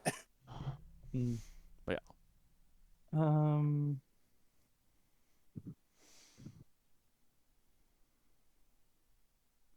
So, and yeah, like I think that was more Stratham being pissed that, like, listening into it a second time, it seemed more like he was actively pissed because he's got a thing for her. So the fact that she Mm, almost choked and died was more well, like him taking that personally on top of being a sadistic asshole. I was about to I say was gonna say let's also be fair. This guy I has think he's apparently just an looking itch for to an torture excuse people. to looking for an Right, yeah. excuse to burn somebody. Yeah, yeah. Um but anyway, as far as mine goes, I'm going to go, and I guess kind of to Bill's point earlier, um some of the bits where they're doing like Mrs. Goose reading out the story are fine, but there's a particular one that she's reading out where in hindsight I'm like, was this particular instance of that fairly necessary? And I think it's when the doctor is going off to talk to the Fleshkin, and then like Alice interrupts and is like, you know, who cares about the rustlers? They're the bad guys in the story anyway. And like Mrs. Goose basically telling her to shut up. And it's like that one I'm like, did we either A, need the Alice injection, or B, did we even need this little storytelling bit at all? I'll be fair with you on that one. In this instance. That's probably the least needed one. Yeah. Yeah. Like there are others where it fits better. And The like one the one at the afterwards. end and that. Like the one at the end and the one after. Matter of fact, the one afterwards, after he starts talking to the Fleshkin that describes basically what he's going through Yeah. too, is much better. Mm. Yeah, like the one where he's on his way when he's riding back is like, okay, that And one that too. works. But the one leading into him going to the Fleshkin is a bit, did we really need it there? Was this necessary? I don't know. You know, I'm realizing somebody in the writing staff might have just been like, you know, I really liked that Last Chance Saloon thing in that one serial. How about we have our own version of the Last Chance Saloon? Spin the revolver. That's time for Russian roulette. Click, click, click. I always lose. Here, next. On to me then? Yep. All right. So I will say the scene in which Lord Hawthorne is defeated, because he's all like, oh, I forget the exact line where he's like, oh, the outcome's going to be sad, but not for me. And then, like, not even 5 seconds later, someone bursts into the room. I don't even remember who it was. And then Lord Hawthorne just impales himself on his armor spontaneously. I think the idea is he's pulling his gun on them and they react before he can. Then the two Fleshkin aliens react before he can shoot at them, or as he's shooting at them, knock him over the balcony and onto the suit of armor where he gets impaled. Yeah. Did it knock him over the belt? Okay, so that's what it seemed like to me, because they said that we didn't even get to kill him; he just fell over. Okay, and that see, that's what I thought was he just fell over, right? Yeah, like and that's where part of my issue is that this is not a scene for an audio drama. This is a scene for like, look what's happened. You're reacting to what you see. And you know, it would have been awkward and stilted for them to be like, "Oh no, he tripped on a broom and landed on the armor." Yeah. Like they couldn't. To be fair, the one thing that they missed is maybe having him cry out as he fell backwards. That might have helped. That would have helped at least a little bit. Yeah, it was like, it seemed like out of nowhere he was just like, "Oh yeah, I'm confident I'm going to win," and then I'm dead. And no time passes in between the two. And with it being an audio, it's like that's the way that scene was constructed did not seem to work for audio. Like, it was just like everyone seems to see what's going on and I don't. Yeah, like alternatively it might have been that they technically killed him, but the force of the blow from their weapon knocked him over and onto it.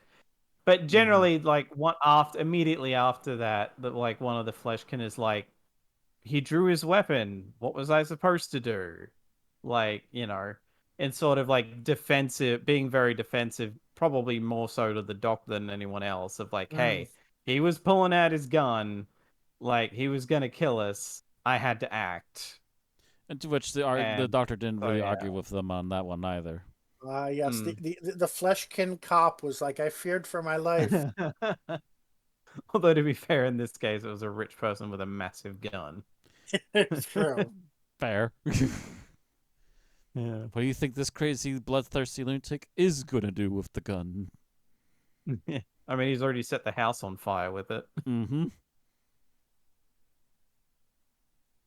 Uh, All right, final thoughts.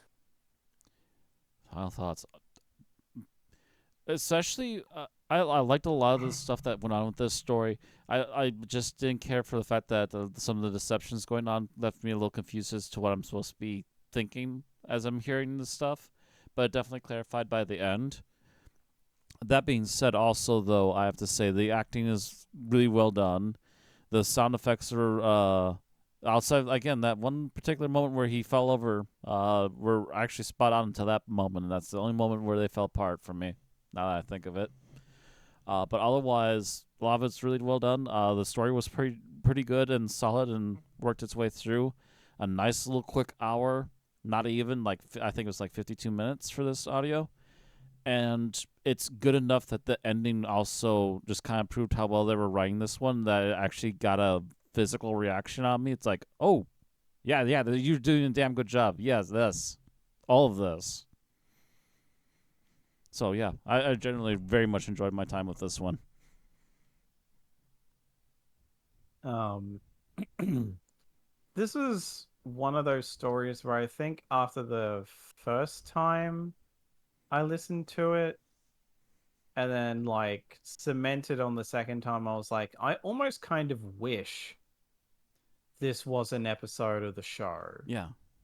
Because a lot of times, and I feel like Big Finish is generally better with this anyway, but a lot of New Who style stories feel like they need to be split into parts, even if it's just two 20 something minute parts instead of like, you know, two 45-minute parts, because that would be a bit long. This felt like a story where it's like, okay, we've got 45 minutes or so. Let's write something that'll fit that. And it works. For the time it is, it's not overly action heavy. It's, this is in a way kind of one of the more subdued Ninth Doctor stories in Mm. terms of what's going on. I mean, I think either the first volume or Respond to All Calls had that as well, where it wasn't really all that action heavy.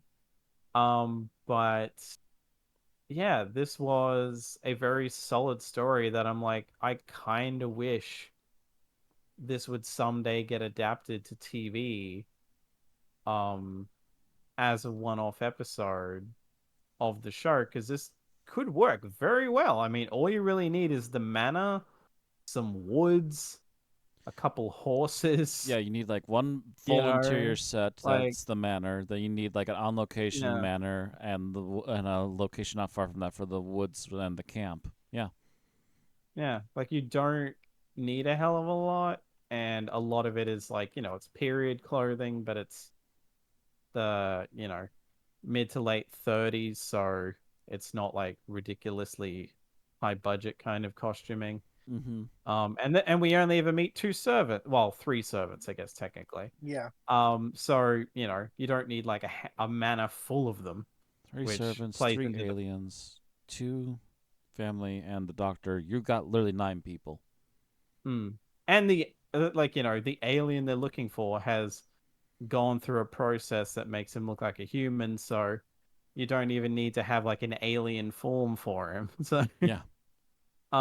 yeah, this could really work as a TV as an episode of TV, and that would be really cool. They would have to be rewritten to fit whoever the Doctor was at the time Yeah. if they do it, but could still work for TV, I think. Yeah, there's nitpicky things here and there, but otherwise this is a fairly solid story, and I would definitely recommend it to people.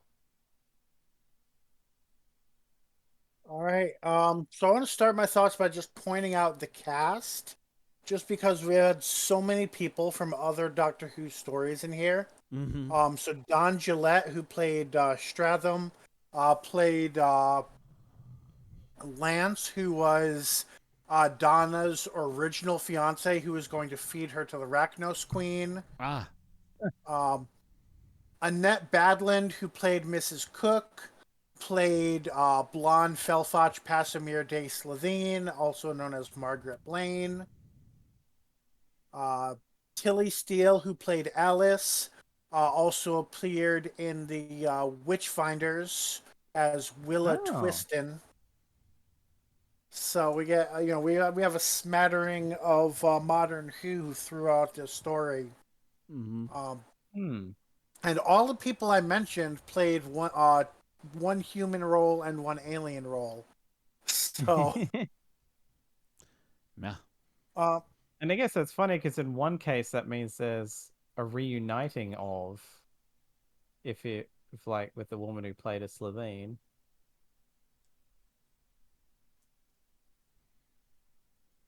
oh, you're reuniting with Christopher Eccleston. Yeah. Yeah. Yeah, yep.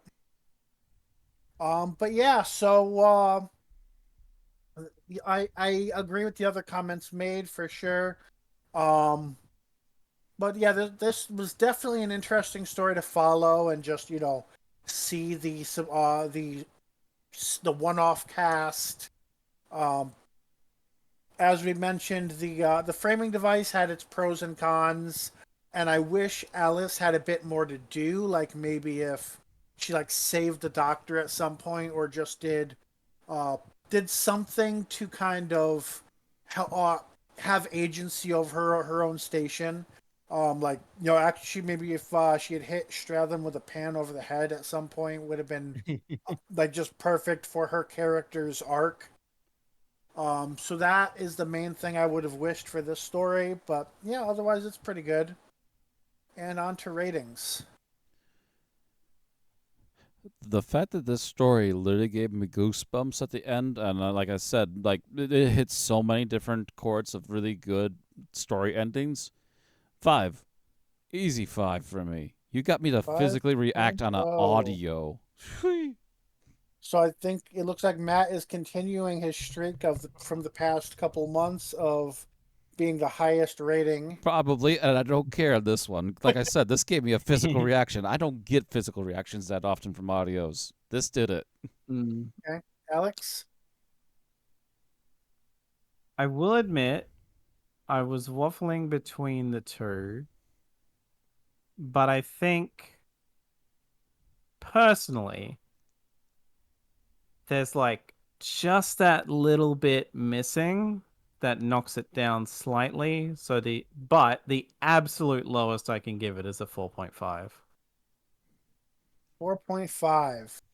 Like I do not feel I could have justified giving it any lower. So I would say this is definitely better than last week's story. Probably not as good as the previous week's story. So I'm going to go straight down the middle between the two of them. And unfortunately, that puts me as the low ball for this week with a 4.0. Everybody needs a pooper. That's why we invited you. Which is funny because I think with like main range style Big Finish, I tend to be one of the higher ratings. But yeah, I'm the lower rating this time. I mean, 4.0 is still good, but Mm. not as high as you both gave it. So the average came out to a 4.5, which means Alex is right. So a 4.5 puts it at, whoop, 79 out of 454 things reviewed. And it is on par with probably a big list, but we'll see how many of them are Big Mm. Finish. Well, at the very Uh, least, it'll be now on par with, because I changed my rating last week, it'll be on par with The Perils of Nellie Bly. Now. it's on par with War Doctor, The Thousand Worlds, The Heart of Battle, Spare Parts, Nice. uh,